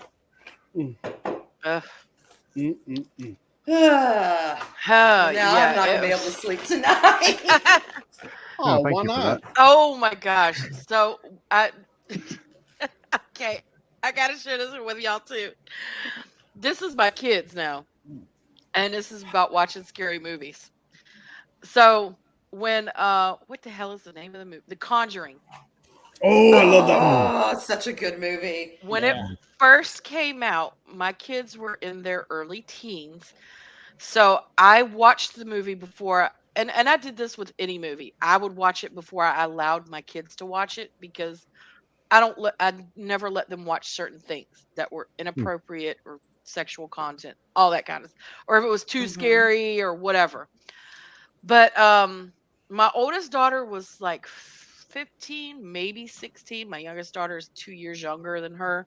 So she would have been like 13, 12, 13. So I knew it would be okay for my oldest daughter. My younger daughter, I was like, eh. And she's very, Arwen, you know how sensitive Kat is. She's my sensitive girl. Yeah, I do. But But I sat down and watched it, and I'm like, okay, this movie's oh yeah, and I was like, okay, Angelique, you can watch it. But Kat, I don't know if I'm gonna let you watch it or not. And she was like, "Come on, mommy, you can let Turtle watch it. You can let me watch it too." Blah blah blah. And she's just going on, and I'm like, "Okay, fine." So we sit down and watch the movie, and I always so there's a couple of different parts here that y'all are gonna laugh your asses off. So I always like sitting beside my kids when we watch scary movies. And in the scary part, when I know it's coming up, I'll, gently put my arms around them. They don't know that I'm doing it. And then when the scary part comes up, I'll tap them on the shoulder and go, ah! And they always jump. Every single time. They always knew I was going to do it, but every single time it scared the hell out of them. They would always jump up, be like, Mommy, ah! Sure you want to stick with that statement? Right? But that, and of course I got them a few times with that. And then in one of the scenes where if y'all remember the scene where she's like going into the armoire. That scene, okay. Yes. That so fucks me up every time. Both my daughters were covering up their face with their hands, and they're like, "Oh my god, I can't watch this!" But then they would move their fingers to the side and start and peek through their fingers. They're like, "Oh my god, mommy, let me know when it's over. I can't watch it." And they would keep doing that, moving their fingers, and they jumped. They did that a couple times through that movie. They would cover up their eyes and then they'd peek through their fingers and be like, "It's scary, I can't watch it." And then when the movie was over, they were like, "That's a really good movie. Can we watch it again?" Oh, God. That sounds like back in 2013, took my wife to see the remake of The Evil Dead in a movie tavern or whatever. So I was drinking. I was feeling good. But she watches scary movies like every day. Oh, yeah. Horror, gore, doesn't matter. She watches them every day. She's mostly the horror, not the gore. And horror, literally. So, well, because, with every, slasher movie, you got to have a team. You got to have a Bimbette. I mean, you really do, somewhere. I was like, okay, whatever. So, I took her to see that. And we're sitting there watching it, and she's sitting there putting her head on my shoulder, and I put my arm around her, and I was like, "Oh, cool, this is nice." And then she starts going, "Ah," and covering her face and burying it into my chest. I'm like, "What is wrong with you?" It's just freaking me out. I'm like, "Really? I'm digging this shit." And then, spoiler alert, at the end when the chick put the chainsaw through the dude's head, I was like, "Yeah!" I was like, "Yeah!" She's sitting there buried, going, "Ah!" Like, what the fuck is wrong with you? You love this shit, and you can't watch this, and still to this day she can't watch that. Oh my gosh! Can't watch parts of that movie. I mean, she was watching it the other day. It was actually playing on TV the other day, and there were parts of it she wouldn't watch. Yeah, I've got some movies like that. I'm one of these guys. I mean, I used when the Learning Channel used to actually be about learning. Yeah. And they show like surgeries and stuff like that. that. I would watch surgeries and eat. Oh yeah, me too. Oh, so shit like that don't bother me. It doesn't bother me because I've seen worse in real life. So yeah, none of that. I worked in the sewer for 3 years. I've seen some shit, literally. My daughter can do that. She's got an iron stomach. I mean, she one of her dreams is to become a mortician, which I fully support. I know some people were like, "Ooh, that's so gross." I'm like, no, it takes a special kind of person to do that, because not only are they looking after someone who has passed, they have your loved one in their care, and you need someone who is, responsible and honest and sensitive to that. And just compassionate. because the person, just because the person leaves your home does not mean they leave your mind. Before my husband was cremated, I fretted over that shit. I wanted to desperately know that his body was taken care of until that time. And there are good people in that business, and they have a sensitivity towards that. And so I encourage her in that. I hope she does it. Yes, That's they can. The important thing. They If you can disconnect, then there are times when they are there to do a job, and they know that, and they are taking care of a loved one's deceased, but at the same time, they are able to do that job and not like I couldn't do it. I couldn't do it. I would get too overwhelmed by the humanity of it all. But it takes you walk that fine line, and I thank God there's people that's able to do that, and they'll always have a job because people are always going to pass. Yeah. I wanted to do that, not be a mortician, but I wanted to be a doctor when I was a kid. And then as I got older and realized that my academic scores were not going to do that for me, no, I just come to the realization that I could work on anybody except kids. I would not be able to see a kid hurting or dying. That would be I would not be able to handle that. Yeah, that's when you really have to disconnect. I've had to deal with some of that being in the military and being in law enforcement. You really have to disconnect, and you really have to have a good support system in place, which is what we had at the time.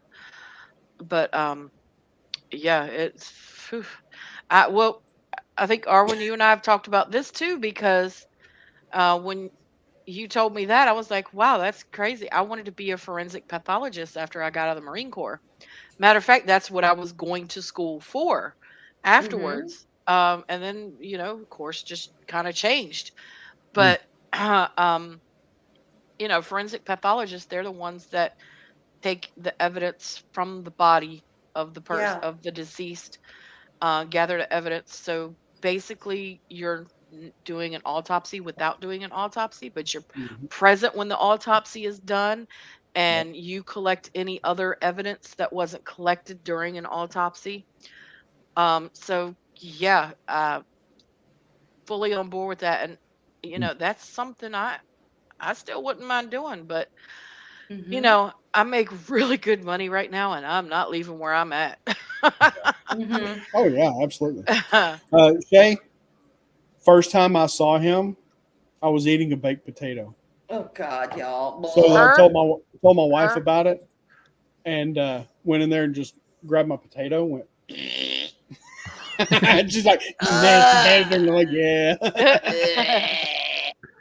I'm a nasty bastard. It's all I'll right. pass. I can't handle pimple popping, pus. Oh, if I can snot, gross somebody out, dude.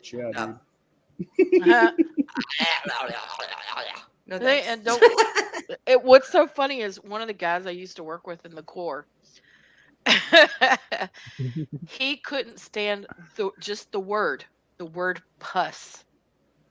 It just was so cringeworthy to him, and every time somebody would say it, he would damn near vomit.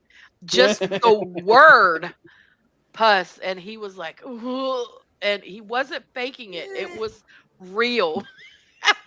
We used to fuck with him all the time. Needless to say, he couldn't stay on the road as an MP because he couldn't deal with blood and shit. So, yeah. It kind of reminds me of my brother when he was alive. His dog, he was a medium-sized dog, big old furry thing called Boo. Love that dog to death. But one day, Boo had upset tummy and had the squirts, and didn't make it outside. Well, my brother doesn't have a phobia against it. He just, I guess it's the smell that gets him. And he was trying to tell my sister about it, because have her go clean it up. While he was just telling her about it, he was gagging. He's like, I need you to go. I need to clean up. I love my brother to death, but he had a weak stomach. I was like, dude, I used to work in that stuff, whatever. Well, I mean, I guess he didn't ever get past the phase of cleaning up his kid's vomit. Because once you get past that phase, nothing bothers you. Snot. I couldn't. My husband had to handle the snot. I could deal with the vomit. I could deal with the frickin' coming in. When when they're being too quiet, and I go and look in their crib, and it's a shit storm all over them, all over their crib, and they're just happy as a clam playing in that. Yep. I have to bathe them and clean them. I can handle that. Snot or anything sticky, get thee from me. I could not deal with that. You want to hear something gross and fascinating at the same time? Oh, I don't Of know. course. Always. Human snot is a great degreaser. I'll take your word for it. I found it out by accident. I was working on this was years ago, and I was working on one of my cars, and I came in, and right before I was about to wash my hands, I had to sneeze, and I was like, "Well, I can't cover my face because my hands are greasy." So I just sneezed into my hands, and it was productive. So, and I was like, "Well, I got to wash my hands anyway," so I just went ahead and started rubbing it on there to get it all off of there, and it started bringing the grease off my hands. I was like, "What the fuck? Oh God, That's ew. fucking awesome, man!" Hell yeah. I'm a human hand cleaner. Remember that. Right? So if I got grease spots, I mean, it's disgusting to think about and really disgusting to say. But if I got a grease spot that won't come off my hand, I'll hawk a lube and rub it into that. Oh, Brings it right stop! off. Oh God, I can't. Right off. It's like mom spit. Yeah. Yeah. Mom spit will clean any stain off your kid. Cleans everything. Yeah, yeah. I used to hate it when Dad's when I lubes did will it. clean everything else. When I got it done to me, and my kids hated it when I did it to them. I just pass. Isn't it funny how we do things that our parents did to us, and we were always like, "I'm never going to do that to my kids." know, Turn right? around, and we end up doing it to our kids. Well, when you got something all over their face and you're on the go and you got two kids and you don't have a wet wipe on you, what do? Lick that tongue and scrub off their face. That's right. Works in a pinch. They hated it and I hated it. But Oh yeah. Yeah. sometimes it was what It's it like, was. okay, for science. I'm dead. Science. But I don't do it all the time. Most of the time, the degreaser cleaners that I buy from the store that's not human snot, it works fine. Yeah. Now, dog saliva, against the peanut butter joke, but dog saliva actually will heal your wounds faster. If you let a dog lick your wound, it'll heal faster. I have heard that. It's like that's, the balm of Gilead. And sometimes they insist. If you try and move them away from it and they're trying to lick your cut, they'll growl at you. Just let them do it. I've heard Because it'll heal it fast. In ancient Greece and ancient Rome, that was a method that they used, is they would have a dog lick a wound. Mm-hmm. Mm-hmm. And the dogs, even though they've tasted human blood, they won't be, they've tasted human blood, now they're gonna no. They actually don't want to do it because it was Mackenzie one time. I had just a couple months ago. I had a cut on my arm. I came home from work and didn't even know it was there. And then she come up to me and just started licking my arm. I was like, "What are you doing, sweetie?" And then I moved it and she went, "Oh." And I was like, "What?" And I looked and it was bleeding. I was like, "Okay." And she was doing it. She was cleaning it, but she was crying as she was doing it. Oh. Because it's like, I'm not going, basically her telling me she's not going to hurt me. Yeah. Yeah. She was sitting there crying as she was licking my wound. That's It's sweet. like, "Poor baby." Yeah, that's sweet. Okay, cats, y'all hear that? All those cat scratches where y'all have drawn blood? You need to clean up after yourself. You let the cat lick a wound, man, it's going to open that bitch up. Yeah, it will. Cat mouths are nasty. Sandpaper. Well, they're not nasty. It's just that they got that sandpaper tongue. Mm-hmm. Well, you got to be careful though. If you get a cat bite, if you get a really bad cat bite, you need to go get that shit checked out because it could get infected like crazy. Well, it's no difference from getting a dog bite. Yeah, right. The bites, the teeth are different from the tongues. Yeah. So any type of bite is not good from cat or dog. Yeah. But cat scratch fever. It's not just a catchy name. Yeah, it's a real thing. Oh God, I'm surprised I don't have fever all the time. I got all kinds of scratches and little scars all over me from the years of just having cats. Mostly it comes from them using the vapors litter are. boxes. Maybe so, Jester. Yeah. Now, Shay said something about the peanut butter, and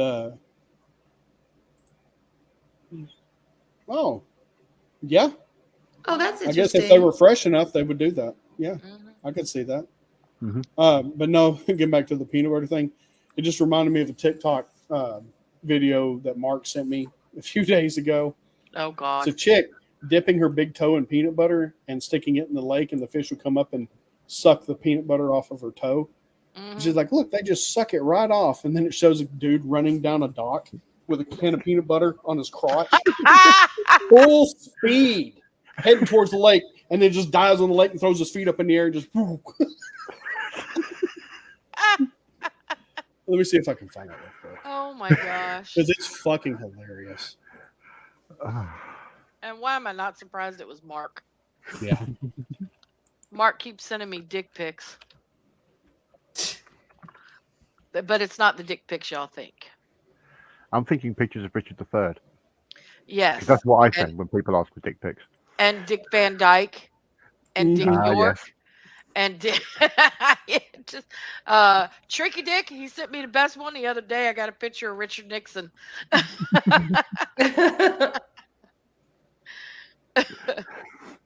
see. Well, Jester, you can feel free to send me a dick pic whenever you want.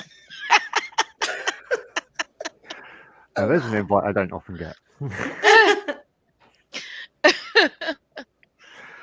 I'll dig up my best Richard III pictures then.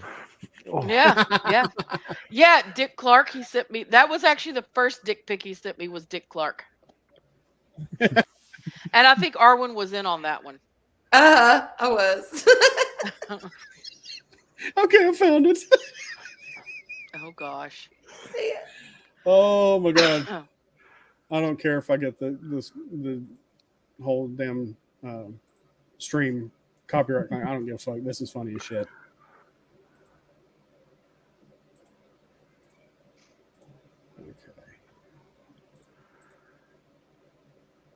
Okay. Okay. Oops. Butter. Ow. Oh my gosh.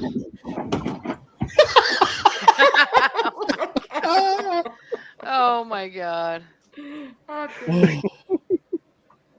That was greatness. I love that shit. Well found, Mark. Well found. Yeah, TikTok, it's people despise it, and I'm one of them, but occasionally you will find gold on there. What the? Like that. Oh shit. Well, it's basically Vines, and that was pretty much the same. Occasionally there would be a moment of gold. Mm-hmm. Oh, I remember those Vine videos. It was like, God, you had to sift through so much crap to find the gold. You know what, Arwen, I just looked at text messages. That's a big stick.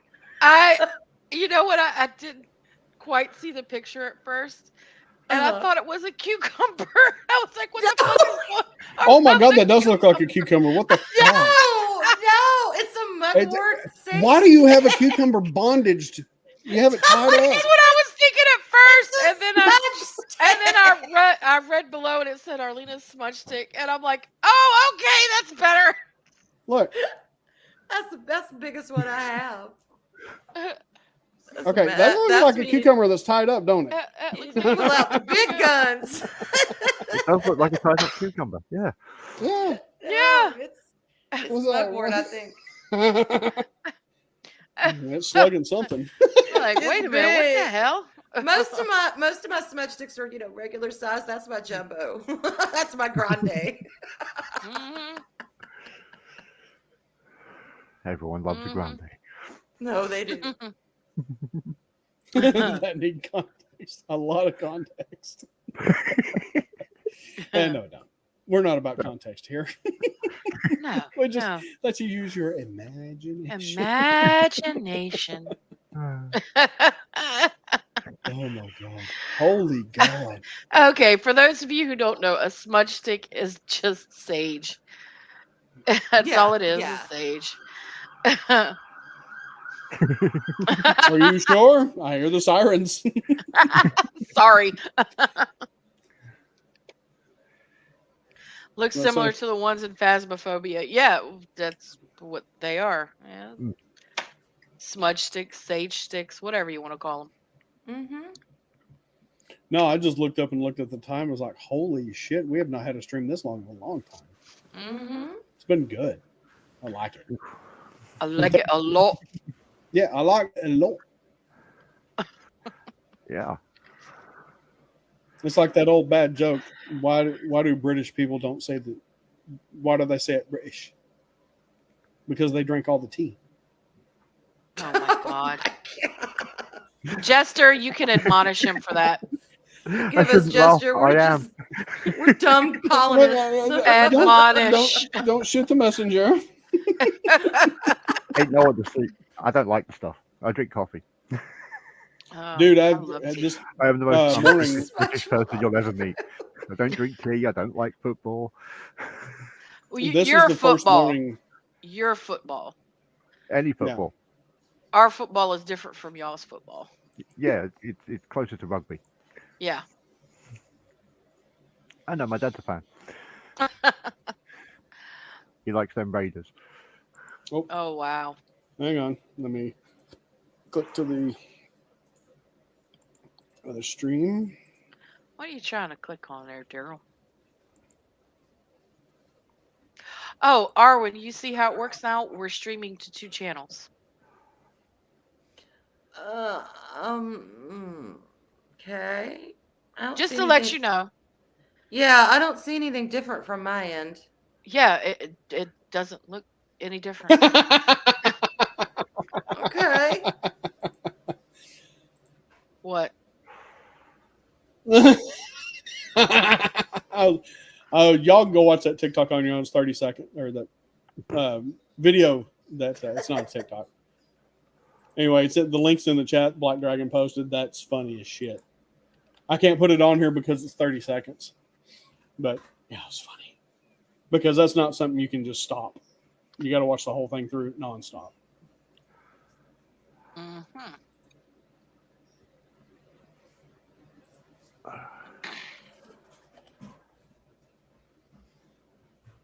My cats are spazzing.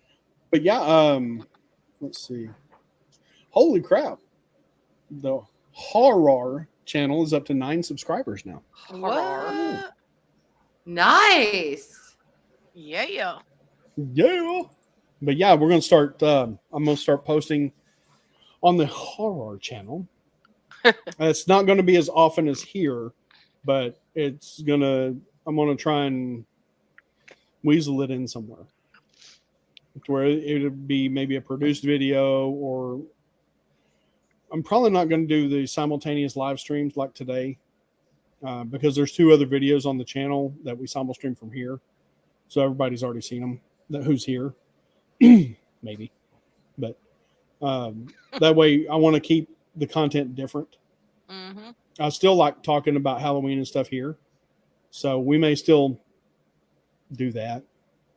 I don't know, just going back on what I just said. Okay, so I have a question. Jester, did y'all ever settle the argument of whether, wasn't it on Stevens when y'all were playing Fortnite, whether Nightmare After Christmas was a Halloween movie or a Christmas movie? It's clearly a Christmas movie because it's about Christmas. It did just y'all happens settle? to have Halloween characters in it. Yeah. Well, did y'all settle that argument? I mean, because I'm telling y'all, it was funny as shit. I'm sitting there listening to it, and they were arguing. No, it's a Halloween movie. No, it's a Christmas movie. It's clearly a Christmas movie. It's clearly a Halloween movie. I watch it both. I like it for both. Yeah. I'm perfectly happy to accept people watching it at Halloween or any time of the year. It's a great movie. But it's clearly a Christmas movie. Okay. Well, since we're on that subject now, Die Hard 1 and 2. Absolute Christmas movies. Christmas movies. Movie set. But again, Christmas. you could watch them whenever. But yeah, it is, the flavor is best when consumed around Christmas. Yes. Mm-hmm. Just like Home Alone.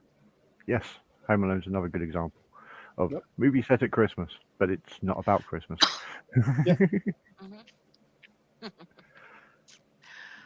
I'm ready for some Fortnite. Yeah. Christmas makes me want to pissmas.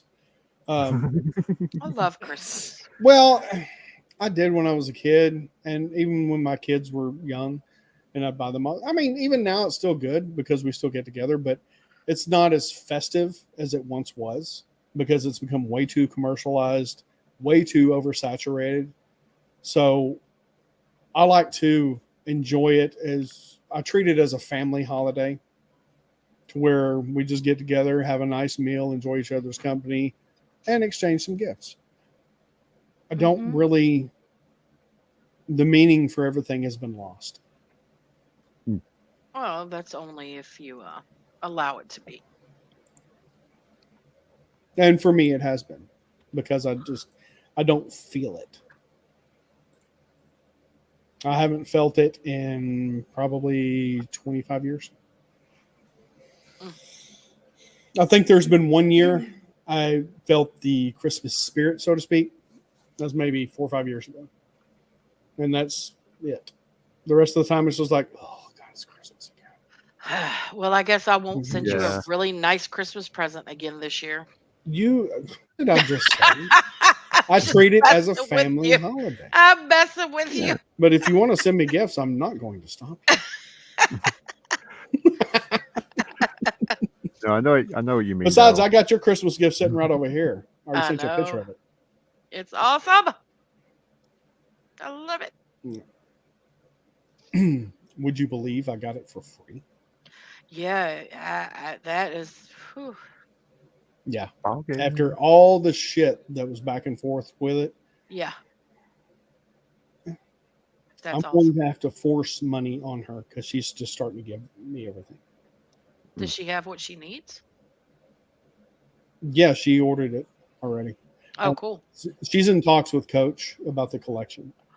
Oh, good. Okay. Got it all in storage. They haven't finalized anything yet, but she said after she's trying to sell his truck and all this other stuff. But once she gets all that done, gets all that cleared away, she's going to get everything out of storage, go through it, let Coach make an offer. He's probably going to come to Texas, and we'll have a little video Awesome. and all that stuff. He's But gonna make her an offer she can't refuse. I think he already did. Ah. She told me, and I can't repeat it. Mm. And it's very generous. Well, that's Coach. Yeah. I about shot a nugget out my drawers. I was like, what? I would have jumped on that. I would have jumped on that like a hard dildo. And I'm straight. Like a butt plug. Yes. Like a butt plug. All right. Well, now that this place is getting really weird, Yeah. we're gonna go play some Fortnite. Yes, let's do it. Yeah. Definitely. So, been here 2.5 hours. Thank you guys so much for being here. Thank you all for being on the panel. Arlen fun. Jester, thank y'all for stepping in and hanging Thanks out. for having me. Arlena, glad you showed up, buddy.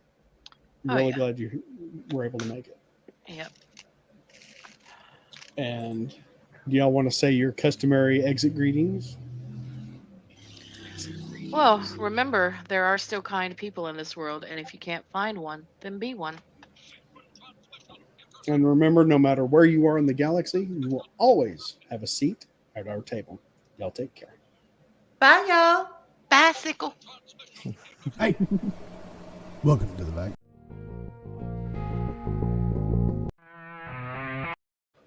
Right one.